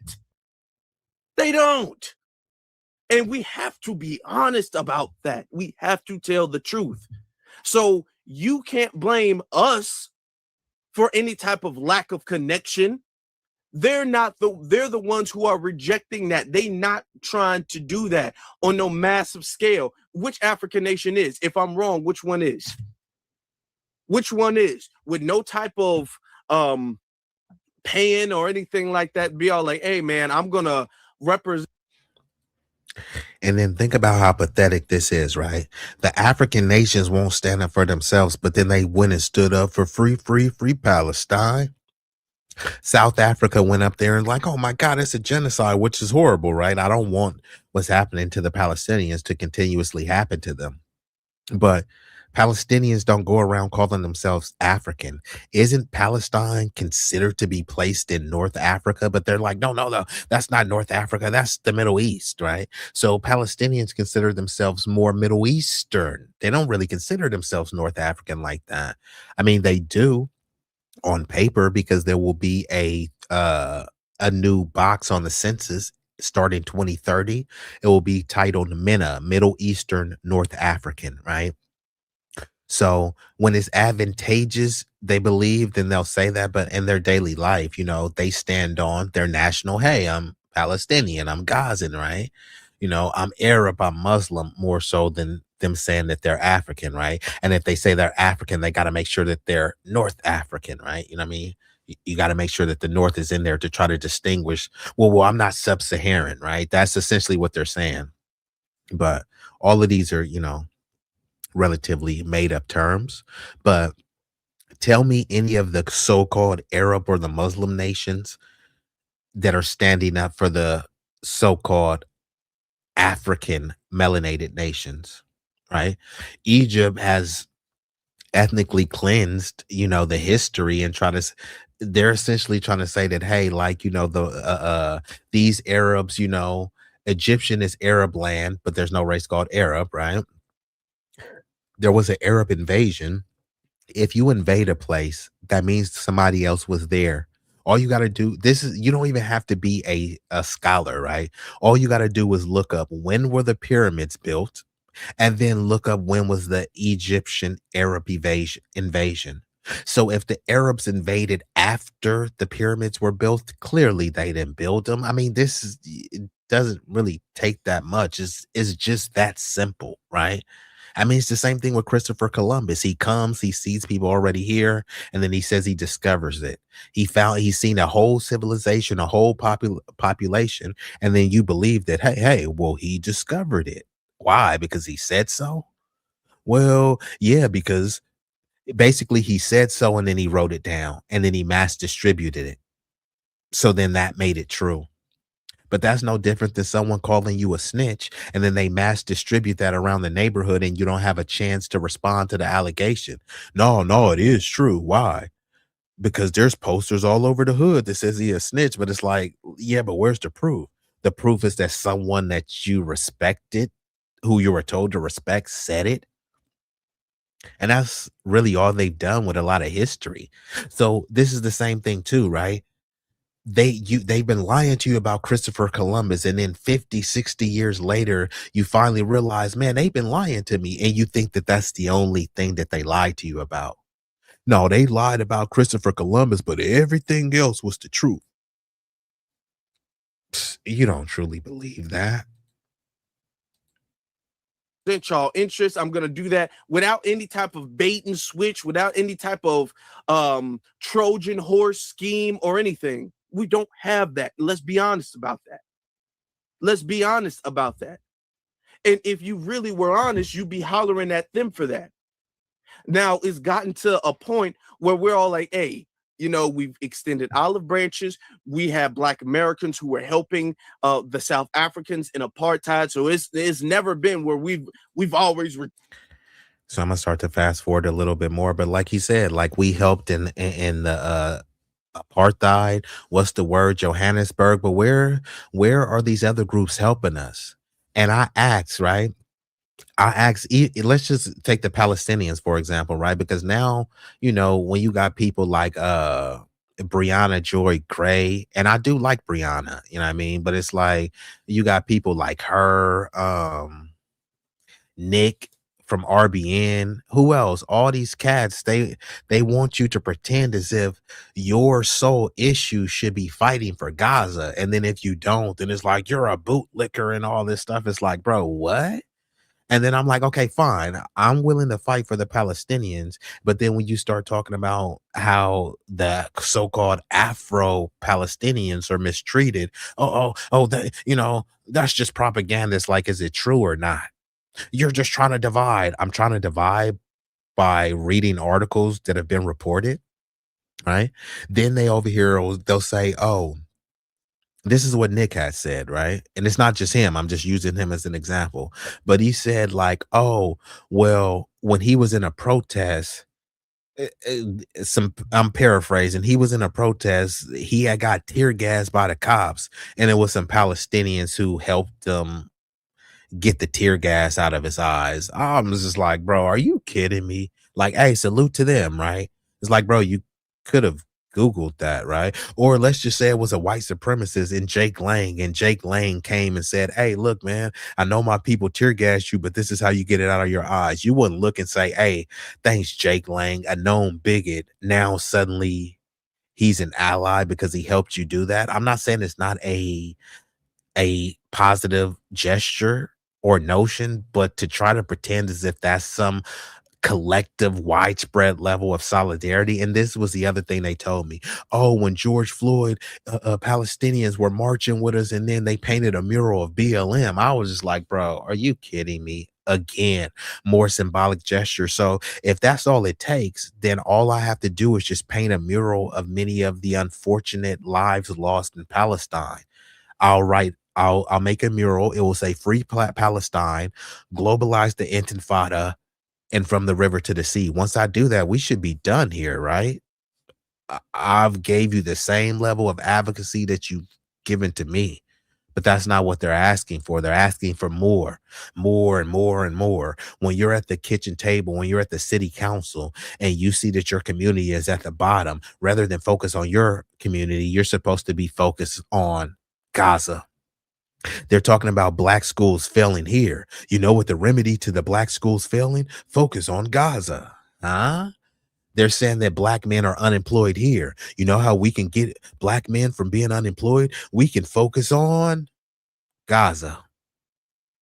So all of this stuff, they're playing on your heartstrings, but all of the issues that they're pointing at you about has nothing to do with Gaza, but they're framing it. Well, actually it does, because we fund Israel, and if we don't fund Israel, then we wouldn't be dropping bombs on Gaza, and then maybe you can have a job.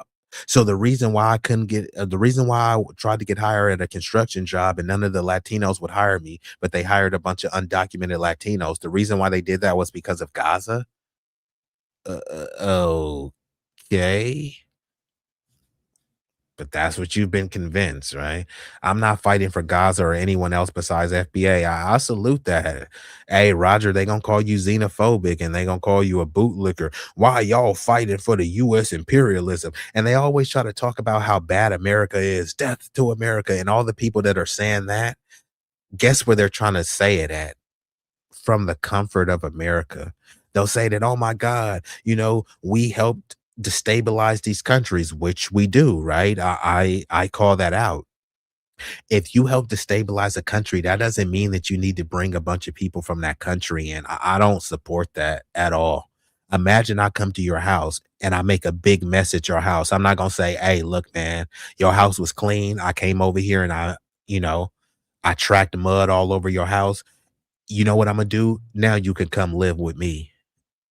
That wouldn't make any sense. No, if I came and contributed to making your house a disgusting pigsty, I need to clean up what I destroyed. So if we're destabilizing these countries, we can't say, hey, we destabilized the country, so now we got to send a bunch of immigrants from that country here. No, we destabilized that country, help build up that country so these people don't need to come here. Not because I hate them, not because I'm xenophobic, but if this is their homeland and they want to stay in their homeland, they only left their homeland because it was quote unquote destabilized. How about we stabilize what we destabilize? Because then if you say, hey, look, they're only coming here seeking a better life. There's a bunch of kids in Oakland seeking a better life.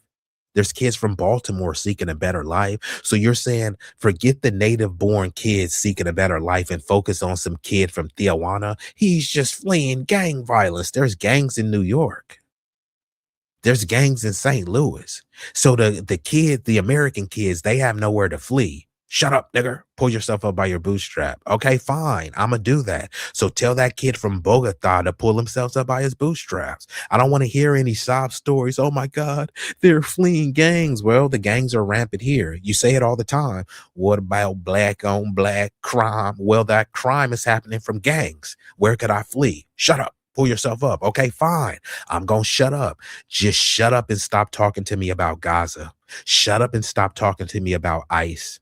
Tell all of them to hold their own nuts and pull themselves up by their bootstraps. That's the same thing that you told us. When y'all told us that out of tough love. You know what? I ain't gonna hold you. That was the toughest of love you can give us. And we just dishing the tough love back. It's tough, but it's love. That's all we saying. Hold your own nuts. So sorry, not sorry, but Gaza and Israel is not real. Can eat a fat Isaac. Hey, I respect it. Clownish salute. Why would anyone come to the country to destabilize their country? This is what I don't get. They try to say, oh my God, America is a fascist place run by these pompous patriarchs. And, then they start wishing DEATH to America, right? And then people will be like, hold on, if America is a hellhole ran by fascists and Nazis, and then you got these degenerate, debaucherous, foundational Black Americans here, why in the heck would you want to come here? It just doesn't make any sense. Remember, y'all country is so much better. Y'all talk about how your culture is so richer, right? But you want to come to a place where you think our culture is inferior. You want to come to a place where you think is a bunch of degenerate Blacks. There goes the neighborhood. Okay, why would you want to come here? Because all these people that hate us, it's funny because they come over here to kiss white mommy and daddy, but white mommy and daddy is like, hell to the no. We don't want y'all around us. yeah, we'll give you loans, but those loans are so that you guys could destabilize and disenfranchise the blacks. You're never going to be able to contend and challenge us, not from an economic level. Now, there will be some economic tokens where they can present like, hey, look at this Asian, look at that Asian, but there's something called a bamboo ceiling. These are not my terms, but look up what that term bamboo ceiling means. It means that Asians have a high level of educational attainment, but it doesn't translate to their leadership capacity, right?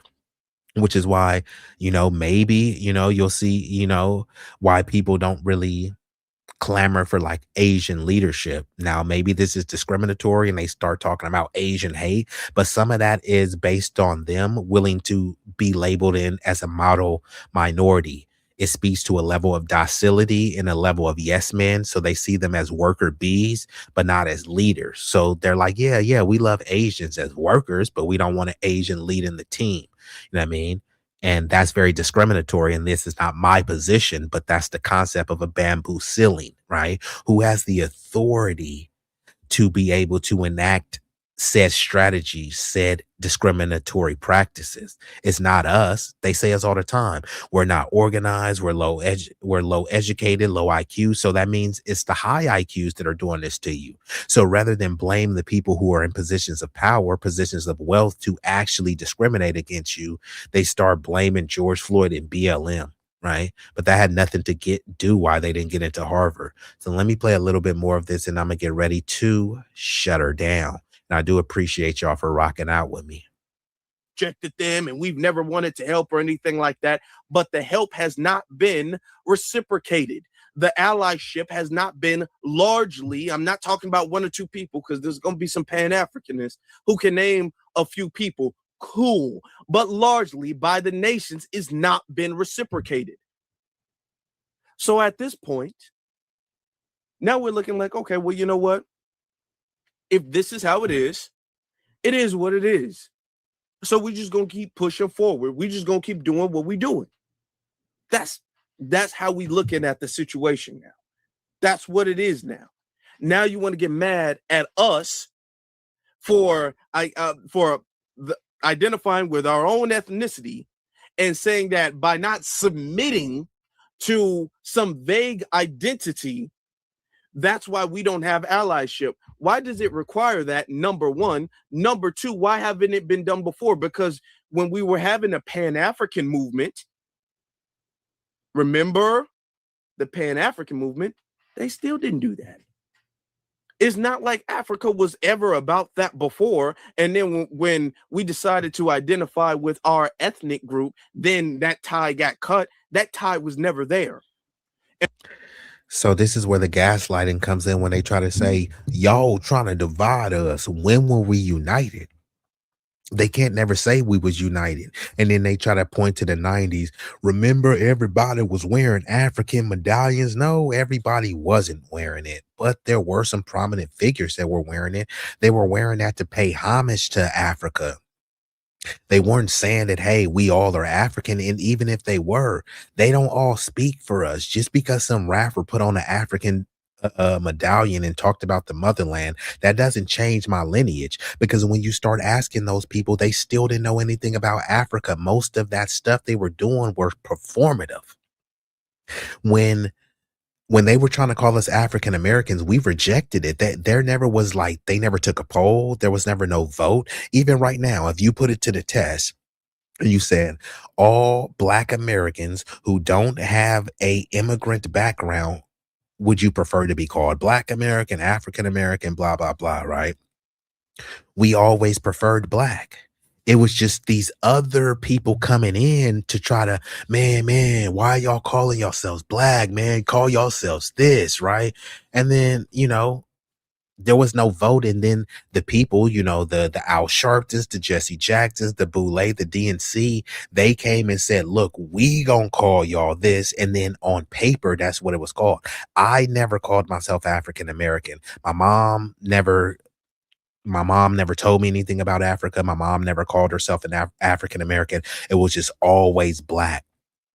So they kept trying to strip Black from us to a vague African American, because then you get people like tether Obama, who was a biracial Kenyan American. So when they asked Obama about blackness, he says, I'm an African American. Like, he doesn't really like try to stand on blackness, but he tries to stand on being an African American because he's Kenyan African, right? His dad is actually from the motherland, and he has a biracial white mom, which, hey, there's nothing wrong with that. But there's a reason why he doesn't lean into blackness. Now, he will cosplay and tether towards blackness, but it's only towards a means to an end, to galvanize people to vote blue no matter who. So they only use blackness as a condition, a circumstance, and a cudgel. For us, black is not a color. So the whole why y'all call yourself black is just a color. No, it's not. I mean, I've said the things over and over, but it's only because people keep still using these goofy points. Most foundational Black American freedmen, their skin is brown. Matter of fact, most of their skin is copper colored, and we have a wide ranging spectrum of that, right? And we've always led for blackness because it means something deeper to us culturally than simply a color. And you just got to stop with these goofy talking points, talking about that black as a color in a crayon box. Think about how idiotic this is. They don't want you to call yourselves black because black is a color, but then they'll turn around and lump you with a group of people and call you a person of color. But I thought identifying people by color was bad. So it's bad, but you're calling us all just a generic color. It doesn't even make sense. None of these groups were considered colored in America. There was only one group that was considered colored, and that was foundational Black American freedmen. All these other groups fought to be legally classified as white. So when it was advantageous to them, they were white. And then when the whites said, y'all not like us, then they said, hey, big head, blacks, we minorities, we marginalized groups, we're people of color, we're BIPOC, we're just like you. We all the same. And then you start asking them, it's like, how many of your people have been lynched? Well, none. How many of your people were redlined? Well, that didn't happen to us. How many of your people were enslaved? Well, that didn't happen to us. How many of your people were mass incarcerated? Well, that didn't happen to us. How many of the Wall Streets in your ethnic group were burned down? Well, that didn't happen to us. But we're all the same because we're people of color. Okay. And then ask them what color they are. Have you ever seen a yellow Asian? You haven't seen a yellow Asian, but you have seen a yellow black person. I'll show you a yellow black person. Bada boom, bada bam. He's a yellow black person. And they got other people that are yellow, and we call them high yellow. Not yellow, high yellow. And guess what? We also call them red bones. So the foundational Black Americans, which is like Majestic, melanated as sand. There's a reason why they called us colored, because of the one drop rule. We got yellow people like him with two black parents that are considered light skinned. We got the biracial people who we said, hey, look, one drop, one black parent, you're black just like us. We got people who are considered red bone. We got some people that are considered blue black. They so dark that they call them blue black, but the most of us are copper colored. So we have it all hues of the spectrum. But then when they call in these other groups people of color, like, what color are they? Black and brown. And I'm like, okay, cool. Where's the brown people? Because I'm brown. I'm not black. Like, I mean, my skin is not black. I'm culturally, ethnically black, but my skin is not black. So when you say brown, who are the brown people? And then they point you to some Latino who's white. It's like, hold on. No, I'm looking for the brown person. Yeah, there they are over there. It's like, that's a white Latino. No, they're not white. They're Hispanic. Yeah, but there's no race called Latino and there's no race called Hispanic.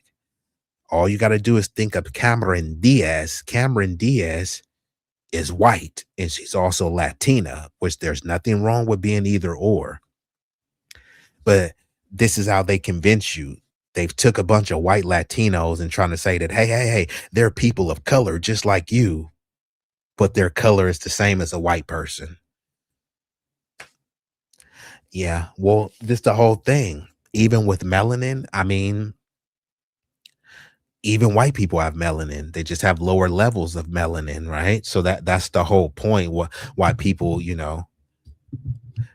unfortunately, In a perfect world, if people, you know, and even with that term, right? There's nobody that's united based on melanin, right? I can pull up a bunch of Indians. Vivek Ramaswamy, he has melanin. He ain't trying to unite with us. There's a bunch of dark-skinned Dominicans who are saying, I know black, papi. Many of them have more melanin than you. And this is the concept of all skin folks and kinfolk. This is why, this is why there's delineation terms like foundational Black American. You know what I mean? Even if people don't use that term, people are still trying to find a way to say, hey, look, we're not trying to play these games of, on Monday through Friday, you want to pretend like we're all the same. And then the weekends you turn into someone else and assume a different identity. You say FBA say they ain't black too. You said, what about Officer Tatum? Officer Fakem is a raccoon, and with the profile, it seems like you trolling. So you're gonna have to give some more coherent comments before I could pay attention to you, though. And you said they don't claim us. No, they don't. And this is the thing. We, unfortunately, and when I say we, I don't mean all of us, but too many of us, we have been kind of rather desperate and slight way pathetic trying to claim everybody is black. But no, not everyone is black, because when you want to talk about, just like when you talk about America, right? There's the United States of America, and then there's the continent of America, which they call like the America, South and Central, right? It's not really the same. You know what I mean? You can say it's the same landmass, same continent, but like not the same, which is why people from South America have to immigrate to the United States, because it's different. You know what I mean? But then, they're trying to collapse it and try to make it seem like it's all the same. But Brazilians, all the people in the Caribbean, they don't see themselves as the same. But then they come over here, and based on a certain level of melanin and proximity, we have to pretend that we're the same. You said no facts. Tatum is FBA. FBA is a lineage, not a group. I concur. I never said that Tatum wasn't FBA. I said that he was Officer Fakem. This is the thing, because FBA is a lineage, it's not a group. We have symbols of the lineage. Officer Tatum would be one. Jesse Lee Peterson, the Bussy Warrior, he would be another one, right? I'm sure you can name many more. So the only difference is a tether is a Sambo and a raccoon of a non-FBA lineage, and a Sambo and a raccoon is what it is. You know what I mean? So yeah, Officer Tatum is a clown. He and shout out to the hood table. I know the hood table was over there cooking. What was you talking about over there, the hood table? And matter of fact, the hood table, I'm gonna shut it down soon. You might get triggered because ain't you part of the Umar sector, the hood table? I'm over here cooking up Umar Johnson. But I don't want to offend you if you part of that Umar sector. But let's get back into it though. And we've had the biggest Pan-African movement here, and they still weren't about no national geopolitical partnership. So all of this stuff, like I don't like that. I don't like that at all. And this is the thing that keeps people, that is really making people leave Pan-Africanism, not even keeps people from it, but making people leave that ideology, because they see how biased it is. They see how unfair and how pedestalizing Africa is what Pan-Africanism is all about. It's not about fair criticism. Yeah, and that's the whole thing. So the thing, when they talk about what about black on black crime, they're talking about foundational Black Americans. Have you ever heard the term, what about African on African crime? Even right now, look at the Israelis in Gaza, right? That's considered the Middle East. It's fine. Y'all don't want to call it North Africa. Have you heard the term, what about Middle East on Middle East crime? They're literally slaughtering each other, or it's a one-sided slaughter. But no one is calling it Arab on Arab crime. No one is calling it Muslim on Muslim crime. Look at Sudan. Sudan is a country, and then they're so divided that they had to create a South Sudan. It's literally the same country, but they're over there fighting and beating each other over the head. They're cutting off women's vaginas. They're cutting off kids' arms. Kids are being amputated with no anesthesia. This is happening in Africa, and no one is using the term African on African crime. Melik, you love the term melanin. All those people are melanated. Is anyone saying there's melanin on melanin crime?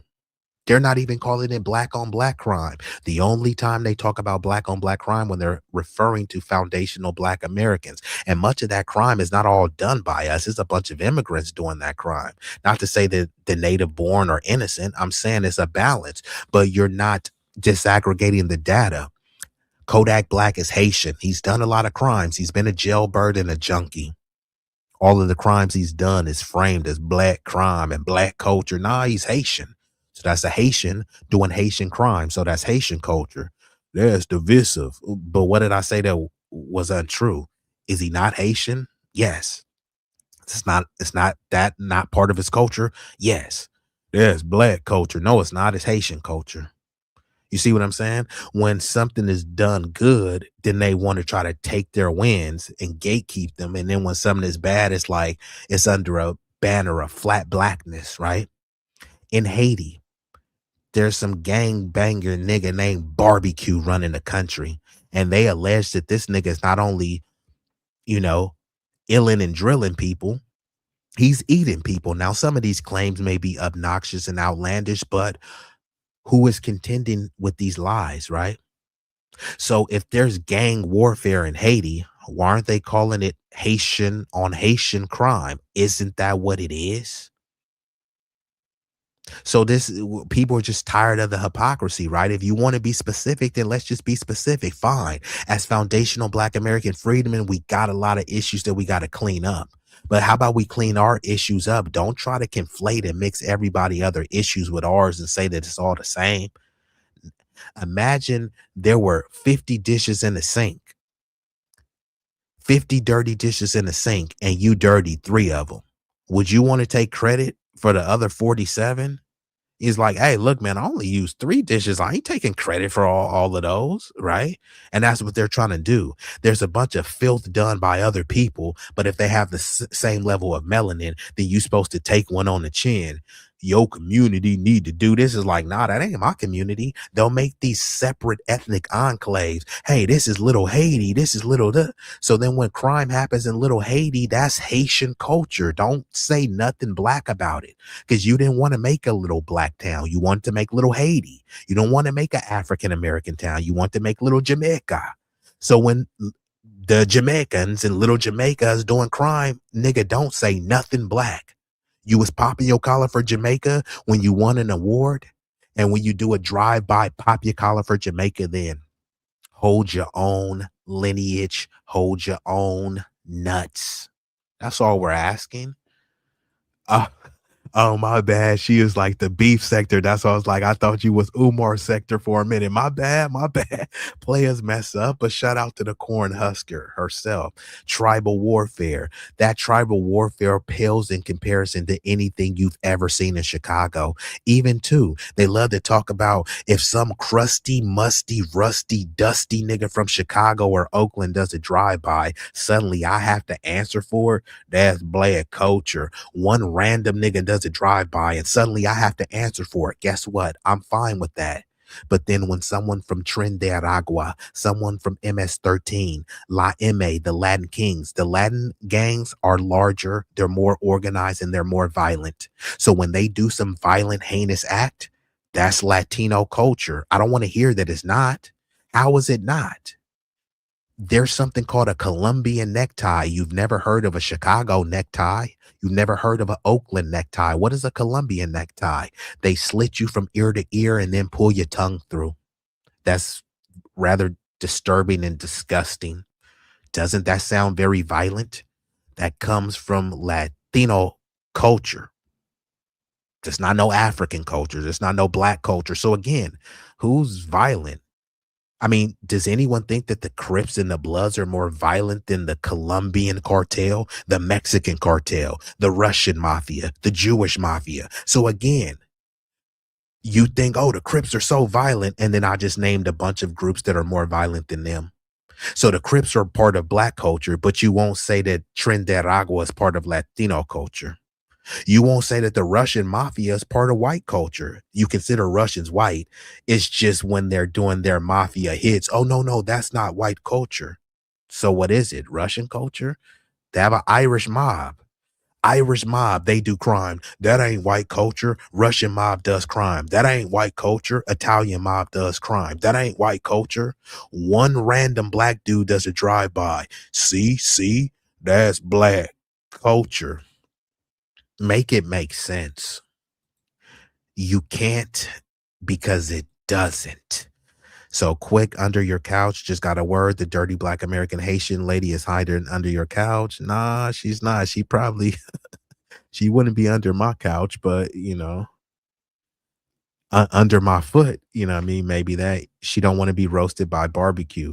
Yeah, barbecue is over there. Salute the barbecue though. Apparently he been standing on business, but y'all think I'm joking. Look it up. In Haiti, there's some nigga named Barbecue over there running stuff. And Kodak Black, who's Haitian, he's never been to Haiti. He doesn't want to go to Haiti. He'll fly a Haitian flag, but then he doesn't. He's a dark-skinned gremlin looking dude, but doesn't like dark-skinned black women. Right. And then when he says all of this coonery, it's framed as, well, look how black men are acting. No, look how that Haitian man is acting. And somehow that's framed as being divisive. And then I ask, is he Haitian? Well, yeah. So how is it divisive for me to accurately describe what he is? We all the same? No, we're not. A jaguar is not a leopard. An alligator is not a crocodile. And a Jamaican is not a Haitian. A Haitian is not a Senegalese person. A Nigerian is not a foundational black American. I don't care what you try to say. Well, look, y'all both got big noses. So if there's a foundational black American with a skinny nose, then what? They can compare themselves to Latinos. It doesn't make any sense. It's just like the reach to try to overly Africanize you is like, y'all gonna have to come better. Is rather pathetic. Haitians got their home country. They don't have the whites there. No, actually, they do have a lot more people than whites there. Haiti is getting smacked around by Asians, by other people, and I don't want that to happen. But, you know, some people are going to have to go there and stand on business. Instead, they come here and try to say how much better they're doing than us, which is not true, but, you know, it kind of is what it is. Phil Scott had a delineating broadcast today, and he played all the times the tether said they weren't black. Yeah, it wasn't just the Dominicans. I know Black Poppy. I mean, I may have to do a whole stream, or I'll just react to Phil's stream. It wasn't just them. And this is why I say it oftentimes, because it was even FBA saying this. Black is just a color. I mean, Melik says, you know, he calls himself melanin because people try to reject blackness. My whole thing is, when I'm leaning on standing up for blackness, that's what I'm doing. If you want to call yourself something else, no one is stopping you. But then people start whining. It's because they can't galvanize people. I'm a Hebrew. Okay, fine. Build your Hebrew community. I'm an Israelite. I'm a Moor. And then you look, and then they have no community. They have no institutions that they built, and then they keep coming back to black people. But I thought you said you weren't black. You're Moor. Like, where's your Moorish Science temple? Man, you don't know who I am. Okay, fine. Link up with all your other Moorish peoples and build something, right? The same people that don't think that they're not black, they're always assessing over people who call themselves black. If somebody wants to identify as a so-called color, why would you care? White people, white is a color? That whole crayon box, black is just a color in a crayon box. Guess what other colors are in that crayon box? Brown, red, pink, yellow, purple, blue, white. All colors in the crayon box. So a lot of these arguments are corny. No one is forcing you to call yourself black, call yourself Israelite, Moorish, melanin rich, whatever you need to. But when someone is calling themselves black and you don't want to be a part of that conversation, just shut up. Just get the hell out of here, bruh, because all you're doing is serving to derail the conversation. And maybe we can have a meeting of the minds where you bring your Moorish contingent and you bring your Israelite contingent, and then we say, hey, look, man, We got the Moors, the foundational Black Americans, you know what I mean? The Nigerians and stuff. And then we can come together as human beings, but we don't have to come together and ethnically erase each other. How many times do I have to reiterate? There's a reason why China has Chinatown. It's not called Asiatown. It's not called China and Japantown. Japantown is not called Japan and Chinatown. Now, Chinese people could go to Japantown, but they're saying, no, this is going to be culturally and ethnically Chinese. And that's what people try to do. I have Little Haiti, right? It's going to be ethnically and culturally Haitian. But where does that leave foundational Black Americans? They say we're all the same. And then as soon as we say, yeah, we're the same, then they pivot and say, we're not the same. Little Haiti. Huh? I thought you said we're all African American. So where's the little African American town? They're like, hell no, I ain't African American. I just said that so y'all could fight for us to get here. I'm Haitian, right? They have little Africa, right? This isn't Africa. This continent isn't Africa. So then you're supposed to, just be okay with all of this stuff, right? But then if I say, how about I have a little Freedman town that honors foundational Black Americans? No, that's divisive. You really from Africa. It just gets tiring, bro. Gangs in the United States don't be doing nothing compared to other countries. That's why I don't let people get off that goofy, what about black on black crime? Find me a video of Latinos talking about Latino on Latino crime. 8 of the 10 most violent cities in the entire world are in Latin America. Doesn't get any more violent than that. Find me one video of them talking about brown on brown crime. Many of them are racially white, so they're not calling themselves brown. You're calling them brown. They don't call themselves brown. Find me the video of them talking about brown on brown crime. There's a litany of videos of a bunch of Sambos. What about black on black crime? If you were doing something about black on black crime, you wouldn't have to get on a podcast and start whining about it, right? And it says, there are so many FBA saying worse stuff than Kodak. Why you focus on immigrants too much? Well, you know what? I'm about to get up out of here. And since I already know you're a troll page, I know that you won't come up. So, but I am going to drop the link because this gets extremely pathetic. People come over here with these little faceless troll accounts and try to do all this stuff. So I'm going to drop the link, and then, you feel me? If you don't come up and you make another comment, then I'm going to have to get you up out of here. Not because I'm about censorship. It's just, I just don't really have the patience today, right? You already got this weird name, sha-la-la-la-la, you feel me? But shout out to Mac Dre, and da-la-la-la, lots of paper. I know I got la-la-la-la, lots of haters, and you might be one of them because you're over here whining, why you focus on immigrants too much? Like, why are you even over here, bruh? You're definitely clearly not foundational Black American, and you're not intellectually formidable enough to challenge me. However, if you think you are, the link is out there. All you got to do is hit the link. You don't even got to cam up because y'all always got all this stuff. And you know what? Hey, sha-la-la-la. Sha-la-la-la-la-la hater. Don't worry. And you know what, nigga? You acting like a little bitch right now. You acting like a little bitch right now, nigga. Man, fuck that. I ain't letting that shit ride. You know what you're acting like. So just hit the link or hit the link or hit the road, Jack. You said I had that chick from Haiti running on the route on the blade. Yeah, I might have to put her on. Might have her own robot, you feel me, on autopilot on that E1 fizzle, you feel me, my nizzle. But hey, you know what I mean, I'm pro ho, so you feel me. Salute to the Blade Runners. You said it's a Caucasian in here, and salute to all the Caucasians. Like I said, I'm a humanitarian, so I love all people, right? You know what I mean? I get a lot of love from Caucasians. To be honest, like, to keep it wow, like some of my biggest contributions have been from Caucasians, you know what I mean? So, but kind of is what it is. So, but I'm America first, so I'm a countryman. I love my country. But just because I love my country and just because I love human beings, I ain't gonna just let you get that off, bruh. And this always happens. Like, you're not gonna see the dude. He had all this stuff to say. I dropped the link and then suddenly crickets. Like, bro, why do y'all always do this stuff? They always say you're attacking immigrants. Okay, here, tell me how I'm attacking immigrants. Here's the link, and I'll give you the floor. And then suddenly he's not commenting anymore. So I already knew you were a troll. So if you comment again and it's some incoherent babble and you don't hit the link, I gotta get you up out of here. And that's what I'm saying. Whenever I put the apron on and start cooking, then suddenly out of nowhere, we got all of these like disgusting degenerates that come out of any, so it's like, bruh, like I said, you're not intellectually formidable enough to challenge you. You said you never seen them before. I've never seen them before either. Yeah, I appreciate that, Sincere. You know what I mean? I'm not growing as fast as Sincere, but I appreciate that. Now I know I could grow. Matter of fact, if I was talking about what about black on black crime and then, black women ain't ish and all they do is wear bonnets and furry flip-flops, I'll probably have like 2,000 live viewers and probably like 40,000 subs.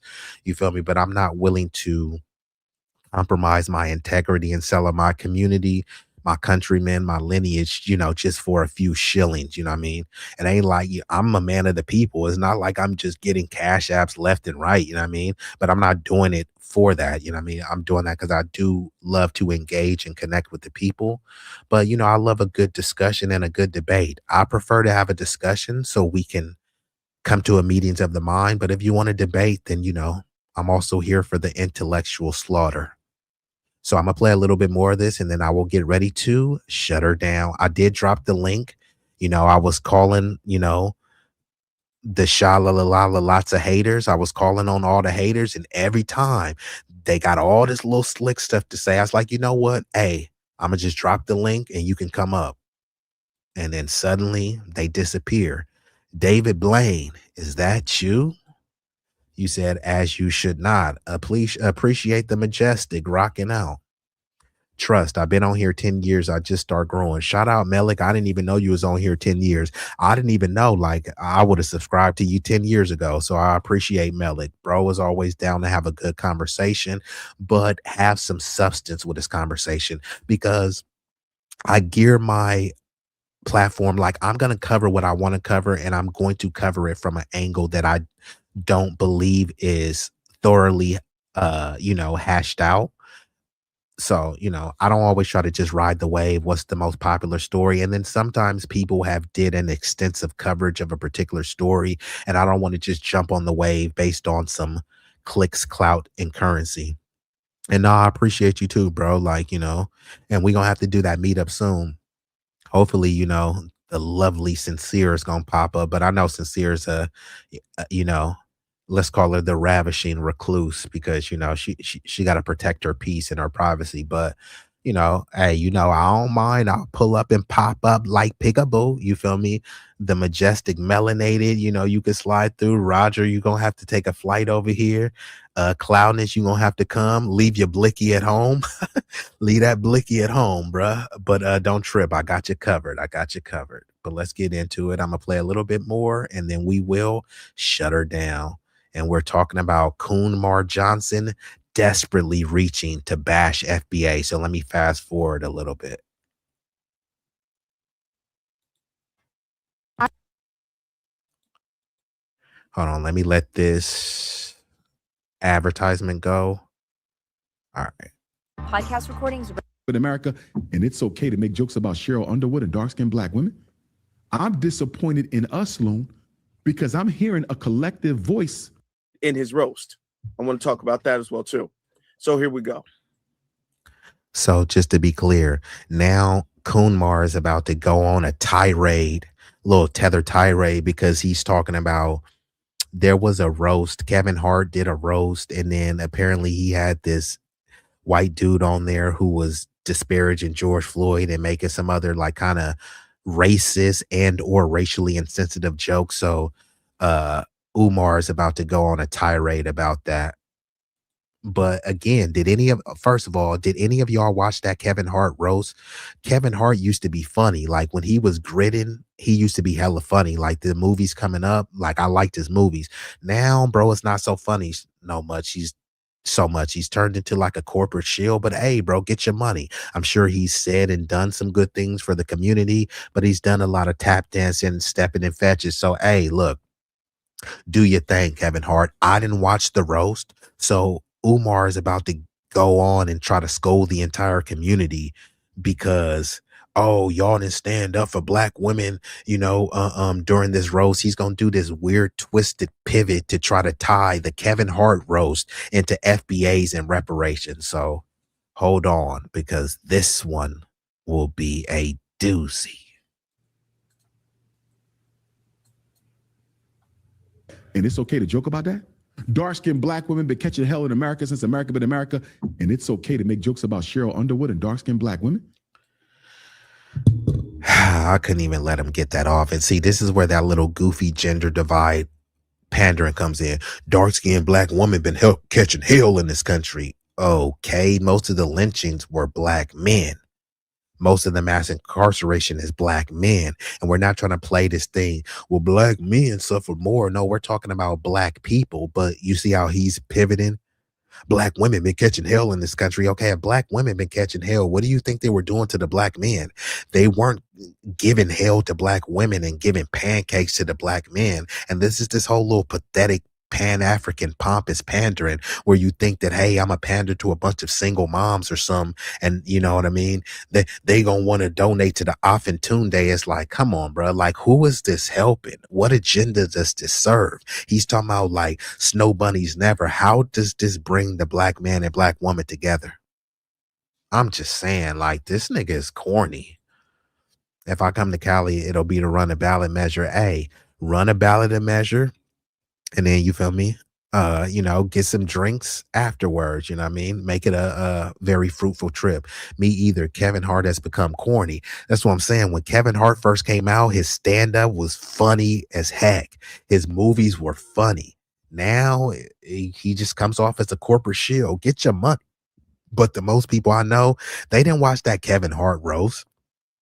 And Umar is saying, y'all let that white man tell jokes about Cheryl Underwood. Like, nigga, I didn't watch the show. Like, what are you talking about, bruh? Let's get back into this little whiny little wacko. I'm disappointed in us, Loon, because I'm hearing a collective voice from Black America that says the rest of the roast was okay. The only thing wrong was the George Floyd joke. You see where the gaslighting comes in? He's talking about a collective voice. The collective community didn't watch that Kevin Hart roast. I mean, y'all let me know. All y'all in the chat, how many of y'all watched the Kevin Hart roast? So now he's blaming the whole community. Y'all let that ride. Black women getting attacked. It's like, okay, and this is what you standing up for them? Like, come on, bro. Give me a break with this shit, Umar. George Floyd was one man. Hundreds of thousands of my ancestors were enslaved. Tens of thousands of my ancestors was lynched. From Black America that says, okay to joke about that? That's the truth. I already did a video.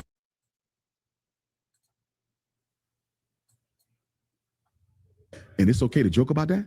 Dark-skinned black women been catching hell in America since America been America, and it's okay to make jokes about Cheryl Underwood and dark-skinned black women? I'm disappointed in us, Loon, because I'm hearing a collective voice from Black America that says the rest of the roast was okay. The only thing wrong was the George Floyd joke. George Floyd was one man. Hundreds of thousands of my ancestors were enslaved.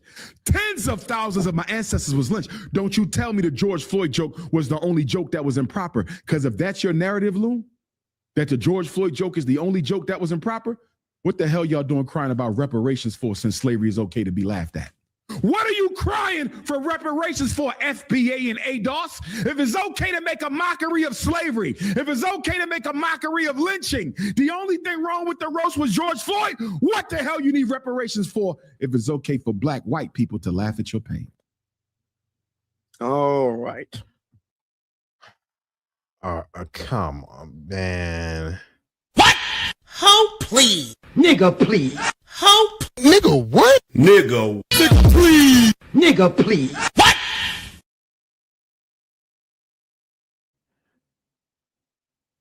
What in the fig Newton is this dude talking about? So because some people didn't see the Kevin Hart roast and some people didn't come up vociferously to defend Cheryl Underwood, then suddenly, and you niggas don't deserve reparations. What the hell does Kevin Hart roast have to do with reparations? What did the Kevin Hart roast have to do with FBA? And still here he is and saying, well, y'all don't deserve no reparations because we didn't stand up to some unknown third-rate C-level comedian talking about a black woman. I didn't even hear those jokes. And then from the clip that I seen, I believe Cheryl Underwood stood up for herself. And I'm not saying that, hey, nobody else could and should have stood up for her, but like, nah, people didn't even hear the jokes. The only joke that they heard was the George Floyd one because it was clipped and went viral. I didn't watch the Kevin Hart roast because I don't give a fig Newton about that whack, corny roast. And here he is, breathing, foaming at the mouth, mad about reparations and trying to tie it to a Kevin Hart roast. Let me run that one more again, and this is going to be the last thing that I touch on, but like, come on, bruh. And then there's a reason why he's always going to these safe platforms. He'll go to a platform that he's comfortable with where the people won't challenge him. They won't challenge him on his buffoonery and coonery. They won't challenge him on his Pan-African prattle. He's the prince of Pan-Africanism, but he doesn't want to live in Africa. He hasn't built anything in Africa. He's so-called from America, and he's struggling to build a school here. He hasn't built his school here in the land of milk and honey. So he hasn't built anything in Africa, and he's trying to get us to go back to Africa. You've never been. It's like, nigga, you first. Why won't you go? So this is rather pathetic, Umar. Let's go back, though. Kevin Hart and his roast and the joke that was made about George Floyd in his roast. I want to talk about that as well, too. So here we go.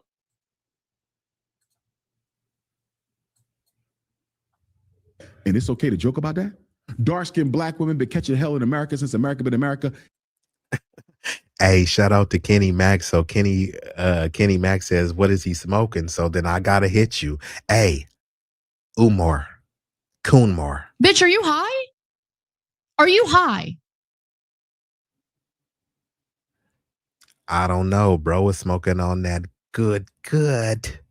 Possibly, or maybe some stress. You said, if I've ever seen Umar before, I'd say, who is this Mr. T looking dashiki wearing mofo? You said that booger sugar. Shout out to Brian. Yeah, bro was definitely tripping. You said, I pity the fool looking. Hey, now that I'm thinking about it, yeah, maybe, bro, the new Bumpy Johnson. Let's play one more time. This gonna be the last go around, and I'm gonna shut this thing down. But let's hear to what Kumar has to say. Remember, he's talking about Kevin Hart's roast, and then he does some sort of twisted, toxic tether tirade to try to say that this is about FBA and reparations. You said, I'm not tolerating any Umar disrespect. Well, hit the link then. You talking about Umar respect, and where's your photo? On phone them grave. Okay, I mean, don't sound like you're gonna have an intellectual response. First, what are you so proud of, Izzy? What are you so proud of that Umar has done? What has Umar done for you, and how many cash apps have you sent to Umar? Let's start there so we can see if you're even, because there's a lot of trolls in the chat, and Izzy, you appear to be one of them. But you talking about on phone them grave, right? We got a Dr. Umar butt kisser, so it's like, you feel me? I can respect it. You feel me? I can respect it. Let's get into it, though. And it's okay to make jokes about Cheryl Underwood and dark-skinned black women.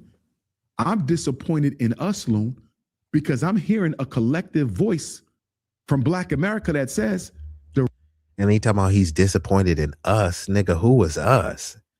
And then, matter of fact, you disappointed. Oh, we need to do this. But hey, Umar. Who is we? Who is we?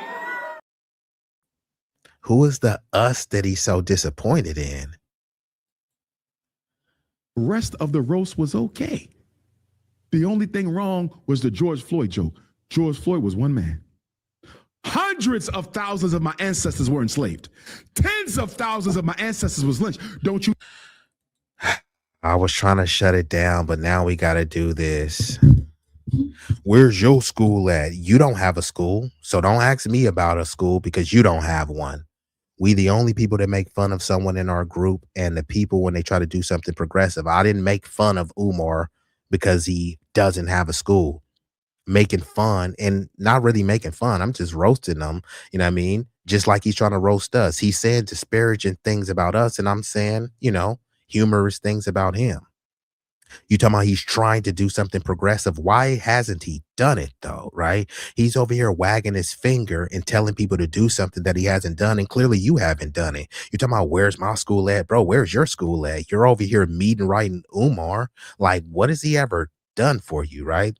He's inspired you to come on here and make these comments. Bravo.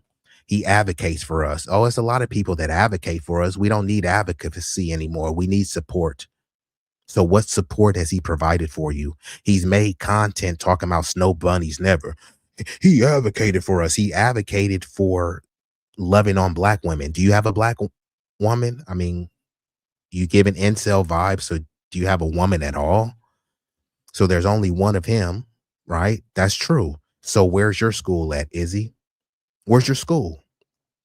If we start making fun of him and back him, we could get somewhere. I donated to the school. The school is still not here. Izzy, how much did you donate? Be honest. You probably didn't donate anything because you think that you just rambling and babbling. That's me support. No, it's not. Put your money where your mouth is. Yeah, that's what I'm saying. Kenny Mac, they over there. Well, where's your school? Nigga, you don't got no school. So, like, what are you talking about? I'm not the one who ever said I was going to build a school. Umar talks about building a school, and then people ask, hey, bro, where's the school at? See, we just trying to tear each other down. No, y'all love to talk about accountability. Umar is always talking about accountability, so I'm holding them accountable. Are you holding them accountable? You're over here just meat riding him for nothing. Like, what does he produce? You said I'm bashing another black man. He's literally, Umar's over here bashing the entire lineage of black men and women. And what did I say that was bashing them? What did I say exactly that was bashing them? I mean, come on now. Just stop with the victim narrative, right? He's over here calling us names. I call him a name back. Why are you bashing him? He's another black man. We supposed to be brothers. Well, guess what? I roast with my brothers. I clown on my cousins. I call my cousin's name. My cousins call me names. I call my cousin's name. So I'm supposed to call my cousin's name, roast on my cousins. We all supposed to be family, right? But I can't joke and roast Umar. Nigga, what the fuck are you talking about, bruh? Hey, Izzy or Ezzy. Come on, man. Hey, bro, come on now, dog. Come on, man. Hey, and Ezzy, bro, I dropped the link, bro. So either hit the link, Ezzy. Here are your options. 1, hit the link. 2, and I quote, you know your damn role and shut your damn mouth. Those are your options, bruh. Now I'm gonna try to continue on with the show. Hopefully, you don't leave these kind of little rambling comments that are very empty and vapid. He's one individual. Yeah, he's one individual. I'm one individual. You're one individual, right? He has no school. You have no school. I have no school. The thing is, I never promised a school. Did you promise a school? Matter of fact, you're very invested in this school. Are you a teacher? Did he like promise you a job there or something? Are you a janitor at the school? Salute to you. I'm not trying to say that it's a bad thing. Or would you prefer the term custodial engineer? Are you a custodial engineer at Umar School? Fair question to ask. Otherwise, why are you so emotionally invested? It's like, bruh, let his nuts go, bruh.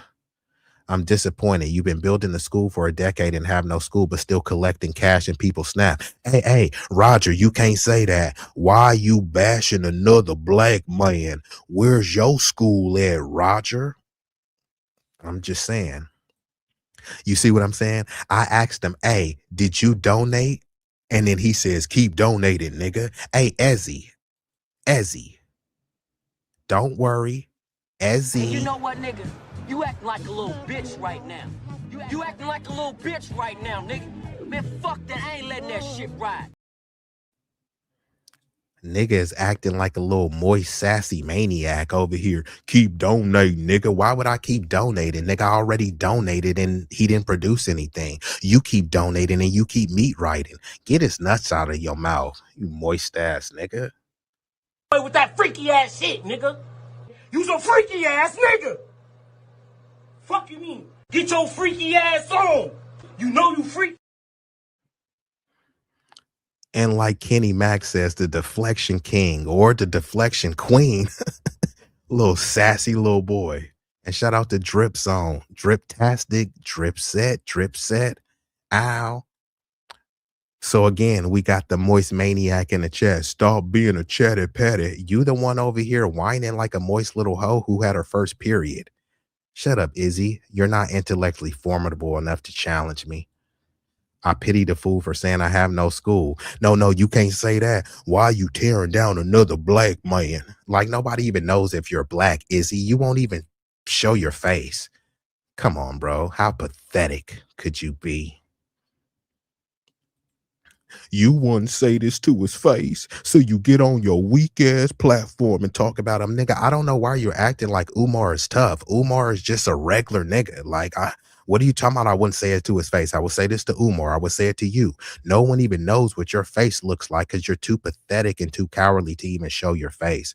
So you're not tough and Umar is not tough. So everything I said, I would say to his face because I'm not saying anything, you know. Didn't really say anything disrespectful. You're making it disrespectful. But then again, it's kind of hard to like hear because you kind of got his nuts in your mouth. Just stop, bruh. He's just one man. I thought he said he was the Prince of Pan-Africanism. This is what I'm saying. They don't want to hold him accountable. He says he's the prince, and they say with great power comes great responsibility. So if he's this all-powerful Pan-Africanism, I need to hold him to a higher standard. If a Prince of Pan-Africanism says he's going to build a school, and then I try to hold him account to building that school, somehow that's tearing down another black man. Like, Izzy, like, come on, bruh. Do you hear yourself? This is what I'm saying, bro. A bunch of moist, moronic maniacs. Let's get back into it. You know, I'm trying to shut it down, but like, you know, the moisture is rising, starting with Izzy. You tell me the George Floyd joke was the only joke that was improper. Because if that's your narrative, Lou, that the George Floyd joke is the only joke that was improper, what the hell y'all doing crying about reparations for since slavery is okay to be laughed at?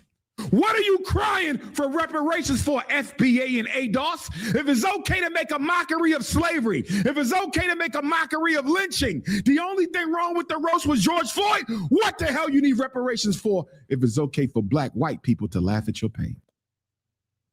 All right. And bro said that like that was a mic drop. Like, come on, bro. What are you talking about? And why does he keep mentioning FBA and ADOS? Nigga, I thought you were African American, Umar. Weren't you talking to the African Americans, right? This is their whole thing. I'm not an FBA. I'm a Moor. So go talk to the Moors. Go talk to the Israelites. Go talk to the African Americans. What are you talking to us for? And the new Marcus Garvey, which one? You know, the sellout version or what? But let's play a little bit more so we can get up out of here. But I do appreciate y'all rocking out. Oh boy. Okay, here's the thing with that. Here's the thing. I made a couple of videos about the George Floyd thing. I'm gonna be very honest with you. Personally, and this is just me speaking, I haven't seen the roast. I didn't see the roast. I saw the clip which I addressed, and I saw that one clip about him making the joke about, I even forgot his name, him making the joke about George Floyd. And then I saw that, and then I kind of dug through some more clips, and I saw some of the other jokes, all right? But I'm going to speak for myself. A lot of people, and I don't know anybody who sat there and watched the whole roast personally. I don't. I know a lot of people who heard about the George Floyd joke because that joke went viral on Instagram, on Facebook, on TikTok. So a lot of people heard about that. So I don't think people were saying that it's okay. All of the other jokes were okay. I think people took umbrage with the George Floyd joke because that's the joke they heard. That's the joke they heard. So people addressed the joke that they heard. Fast forward a little bit more. So the narrative of making slavery, if black people and things like that, in order for us to deserve reparations. When Umar's talking about other nations receiving reparations, he doesn't dismiss their qualifications for it, their claims for it, because of things that they do. He doesn't reach to deny their claims for it. In this clip right here, let me show you.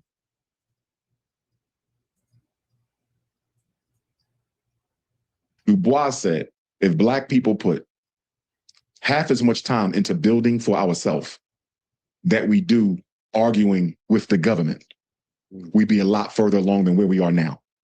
Take reparations. I support reparations. It was the Pan-Africanist movement that gave birth to reparations.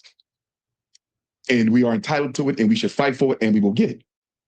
But while we're waiting for that, or while we're fighting for that, we are a $2 trillion people, you know. We are the 10th richest economy on earth, you know. You do know we spend $2 billion on Jordans and $4 billion on liquor every year, you know. Almost $1 billion on chicken, turkey, beef, and pork, financing our own cancer. My point is, fight the system for what they owe us, but hold yourself accountable for what you have that you're not using to advance your community. That is a fundamental Pan-Africanist and a Garvey critique of the Black experience in America. We could be doing more with what we have, and we're not. All these schools closed down. Why we ain't buying them and opening up our own schools? Why we don't have our own hospitals, right? When that COVID, they killed off all our elders with the COVID, where the Black hospitals at? Okay. You'll agree with reparations if you can give credit to the Pan-African movement. If you can give credit to Marcus Garvey, who's Jamaican. Where was Marcus Garvey's reparations movement? Marcus Garvey was not no reparations champion like that, not for Black Americans, because Marcus Garvey was on some stuff. Why y'all begging the government? Why y'all begging the white man? Pull yourself up by your bootstraps. That's what Marcus Garvey was on. The same people that tell you to pull yourself up by your bootstraps, they'll compare you to a community that didn't pull themselves up by their bootstrap. Why y'all can't be like the Asian community? You mean the community that got interest-free loans? I mean, I could be like them. Just start with the interest-free loans. No, pull yourself up by your bootstrap. Why y'all can't be like these poor immigrant peasants that came over here? You mean the ones where you gave them millions and millions of free acres during the Homestead Act? The whole concept of the Statue of Liberty was about formerly enslaved people, and then they turned it into some immigrant story. Give us your sick, your tired, your poor. Like, that doesn't even make any sense. It's actually a stupid notion because there's no context where you would be inviting sick, tired, and poor people to come. But that's just a way to try to say, hey, look, we don't want to pay these niggas. We're tired of this population. So give us your sick and tired poor people who are not Black, and then, hey, we'll give them a footing. Because there's no context where you would want sick, tired, and poor people. Not to shame them, but just think of it. If you were starting a football team, would you want sick and tired poor people on the team? If you're about to build a construction project, would you want sick and tired and poor people working on that? You needed a nanny. Would you want sick and tired and poor people doing that? You want teachers. You want sick and tired and poor? Hey, give us your sick and tired and poor scientists, right? There's no context where you can say, oh yeah, it makes sense. But it only makes sense when they try to desensitize you to an immigrant story so that they can further displace a native population. And then they can push the narrative, well, we're all immigrants. Like, no, we're not. And like I was saying earlier, which I kind of forgot, we all didn't come from Africa, but let's just hypothetically say that we did. There's no definition that you can find in Merriam and Webster's where if you kidnap, forcibly transport someone or human traffic them, there's no definition that you can equate that to immigration. Matter of fact, it's actually disgusting and disrespectful because definitions have meanings. So to try to say that, well, human trafficking, that's just immigration. Kidnapping, well, that's just immigration. You know what I mean? Forcibly transporting someone, well, that's just immigration. No, immigration requires an autonomous choice, a voluntary choice. So even people that were indentured servants that were treated poorly, they made a choice and they made a economic calculation. Yeah, I don't want to be treated like crap, but me being treated like crap is better than my conditions that I'm currently living in, which is why I have a acronym called MAE, mutually agreed exploitation. Many of these people know that they're going to be exploited. They know that they're going to be mistreated, used, and abused, but that use and abuse is better than what they were experiencing in their homeland. So they mutually agree to sign up and get exploited. And then later they try to equate it. Well, we were slaves too. No, you were indentured servant. It's not the same. And I don't need to break down the differences in indentured servitude. But let me play a little bit more of this, and then I will be up out of here. Garvey was not a Black American. Marcus Garvey was about a mass exodus to Africa. Okay. So there was no, what are you doing? And this is my thing. And there are other clips. We didn't even have to go down all the lists because I've made videos about that before. But when you want to talk about Pan-Africanism, and here's the thing, when you talk about reparations and Pan-Africanism, you're not talking about exclusive reparations for a lineage. That's my problem. Okay. Because the fact that you even introduced Marcus Garvey means that you're talking about reparations for a diaspora, which is fine, according to you. That's fine. All right. According to you. But now when it comes to reparations for Black Americans, because we didn't get offended by a Sherry Underwood joke, our qualifications is kind of iffy. We have iffy qualifications on reparations. Okay. Our claims for reparations is kind of iffy because of because we didn't find that joke funny. Right. Now, are you going to say that about CARICOM? Because I haven't yet once heard even the qualifications of, or even the standard of, y'all buy chicken, y'all buy Jordans, y'all buy video games, y'all buy TVs, y'all buy iPhones, y'all buy this, y'all buy that, and y'all complaining about reparations. Now, is there an argument to say that Black Americans can do more with what the resources we have? Of course there is. Okay. Does that at all take away from our claim for reparation? Absolutely not. And we're the only group of people really in the world who get told that. Okay. What are you going to say that about? Yeah, for instance, they're saying, oh, well, y'all can do more. Well, all these groups could do more, right? I mean, the Latinos could do more to stop the deportations. They could have stopped by not voting for Trump, but they said, I will vote for Donald Trump, right? They could have done more to stop the deportations, but no one is saying that, right? People aren't making that argument. Well, y'all could have done more, right? There's a lot of things that, some Israelis and some Jewish people could do so they don't have a bad PR right now. There's a lot of things that they can do, but people aren't making that argument. So yes, as foundational Black Americans, of course, we're not perfect population.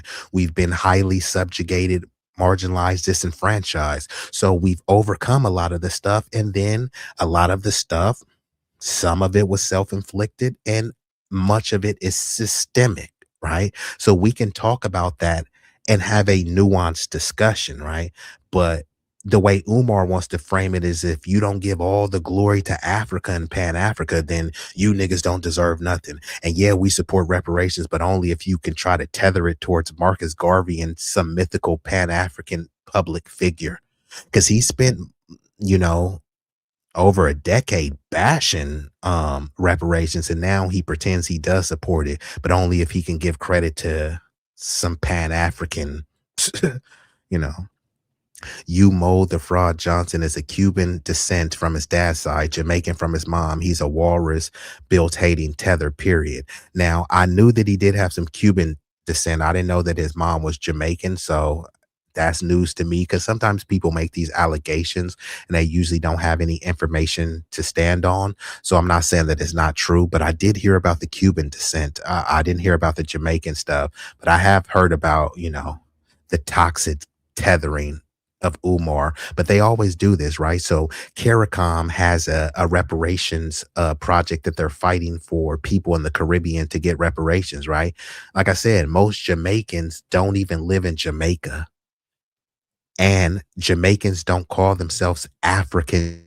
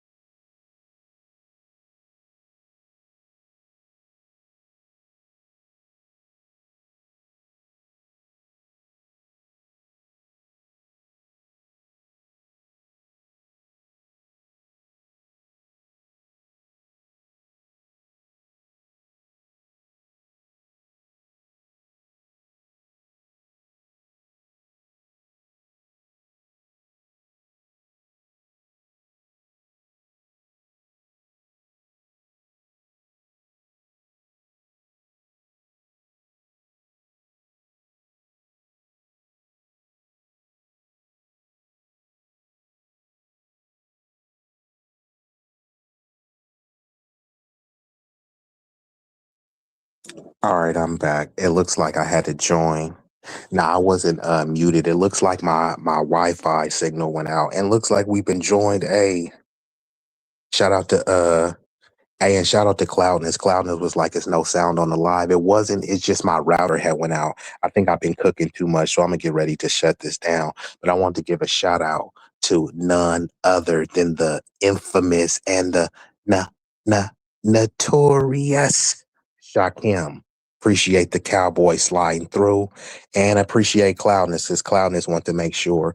So I mean, I think this has been a fruitful stream. I can go on and on about the toxic tethering of Umar Johnson and the pan scam clan Africanism. And again, I have to reiterate, I am a humanitarian, so I love all people of various national, ethnic, racial, and cultural backgrounds. But we shouldn't have to try to pretend as if we're all one big global Negro, one big generic African, and we have to strip and pretty much abdicate our identity under some mythical Pan-African utopia that just doesn't exist. Africa is not united. 3,000 tribes, 2,000 different dialects, 54 countries. There's nothing unified about that. So in order for anyone to even mention Pan-Africanism, I need to see it practiced from Africans on the continent of Africa. You can't look to Americans and say, hey, you Americans should be in the driver's seat of Pan-Africanism. And when we got someone like Umar Johnson talking about he's the prince of Pan-Africanism, however, he has nothing to show for his Pan-African prattle that he's promoting and promulgating, it's only right that people call him out. I'm not saying that, hey, he's scum of the earth, he should be disparaged and tore down. However, he should be called out. He should be ridiculed. He should be, humiliated, because that's just part of our culture. Roasting, accountability, etc. And people would do it for me. I mean, people have no issues. I mean, people in the chat calling me all sorts of names. You know what I mean? Hey, I'm built for this, you know what I mean? Some people are going to agree with me. Some people are going to disagree with me. That's what happens when you put your thoughts out into a public platform. So everything I said, someone could do a reaction video and quote unquote attempt to debunk me. And you know what? It's just fair game. You know what I mean? So we had a Dr. Umar butt kisser and meat writer in the chat and was all, man, where your school at? And this person had no school. I dropped the link. They didn't want to hit the link. Maybe they were too busy gargling Umar's testicles. I don't know what they were doing. However, hopefully this stream has provided some level of value for you. I do sincerely appreciate y'all being here. Y'all could have been anywhere in the world. Y'all chose to be here with me, at least momentarily. And for that, I thank you.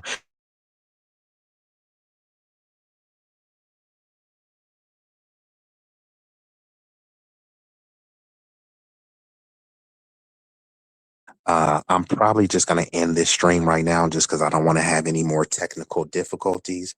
But I do appreciate y'all. Hopefully, y'all hit your boy with a like, a share, and I'll come back tomorrow and hit y'all with another banger. So I'm going to go ahead and get up out of here. But let me see if I can hit y'all with some visuals. Hold on. Give me one moment.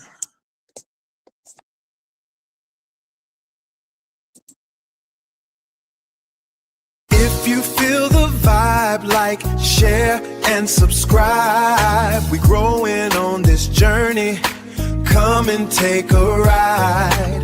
If you wanna slide with that dude, be easy. We going all the way to the top, believe me. All the way to the top, believe me.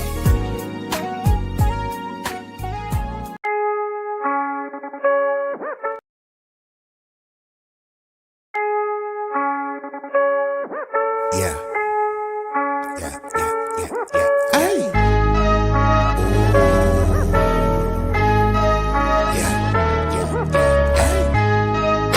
B-Eazy Dat Dude,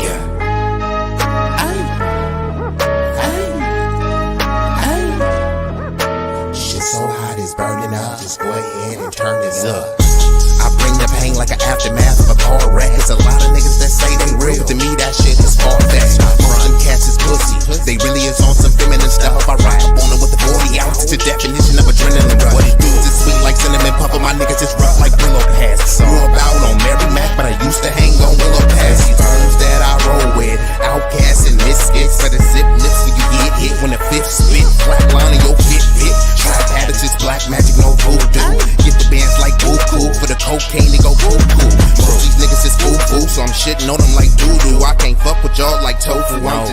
man like Goku. Bad bitches at the house with me watching Netflix or Roku.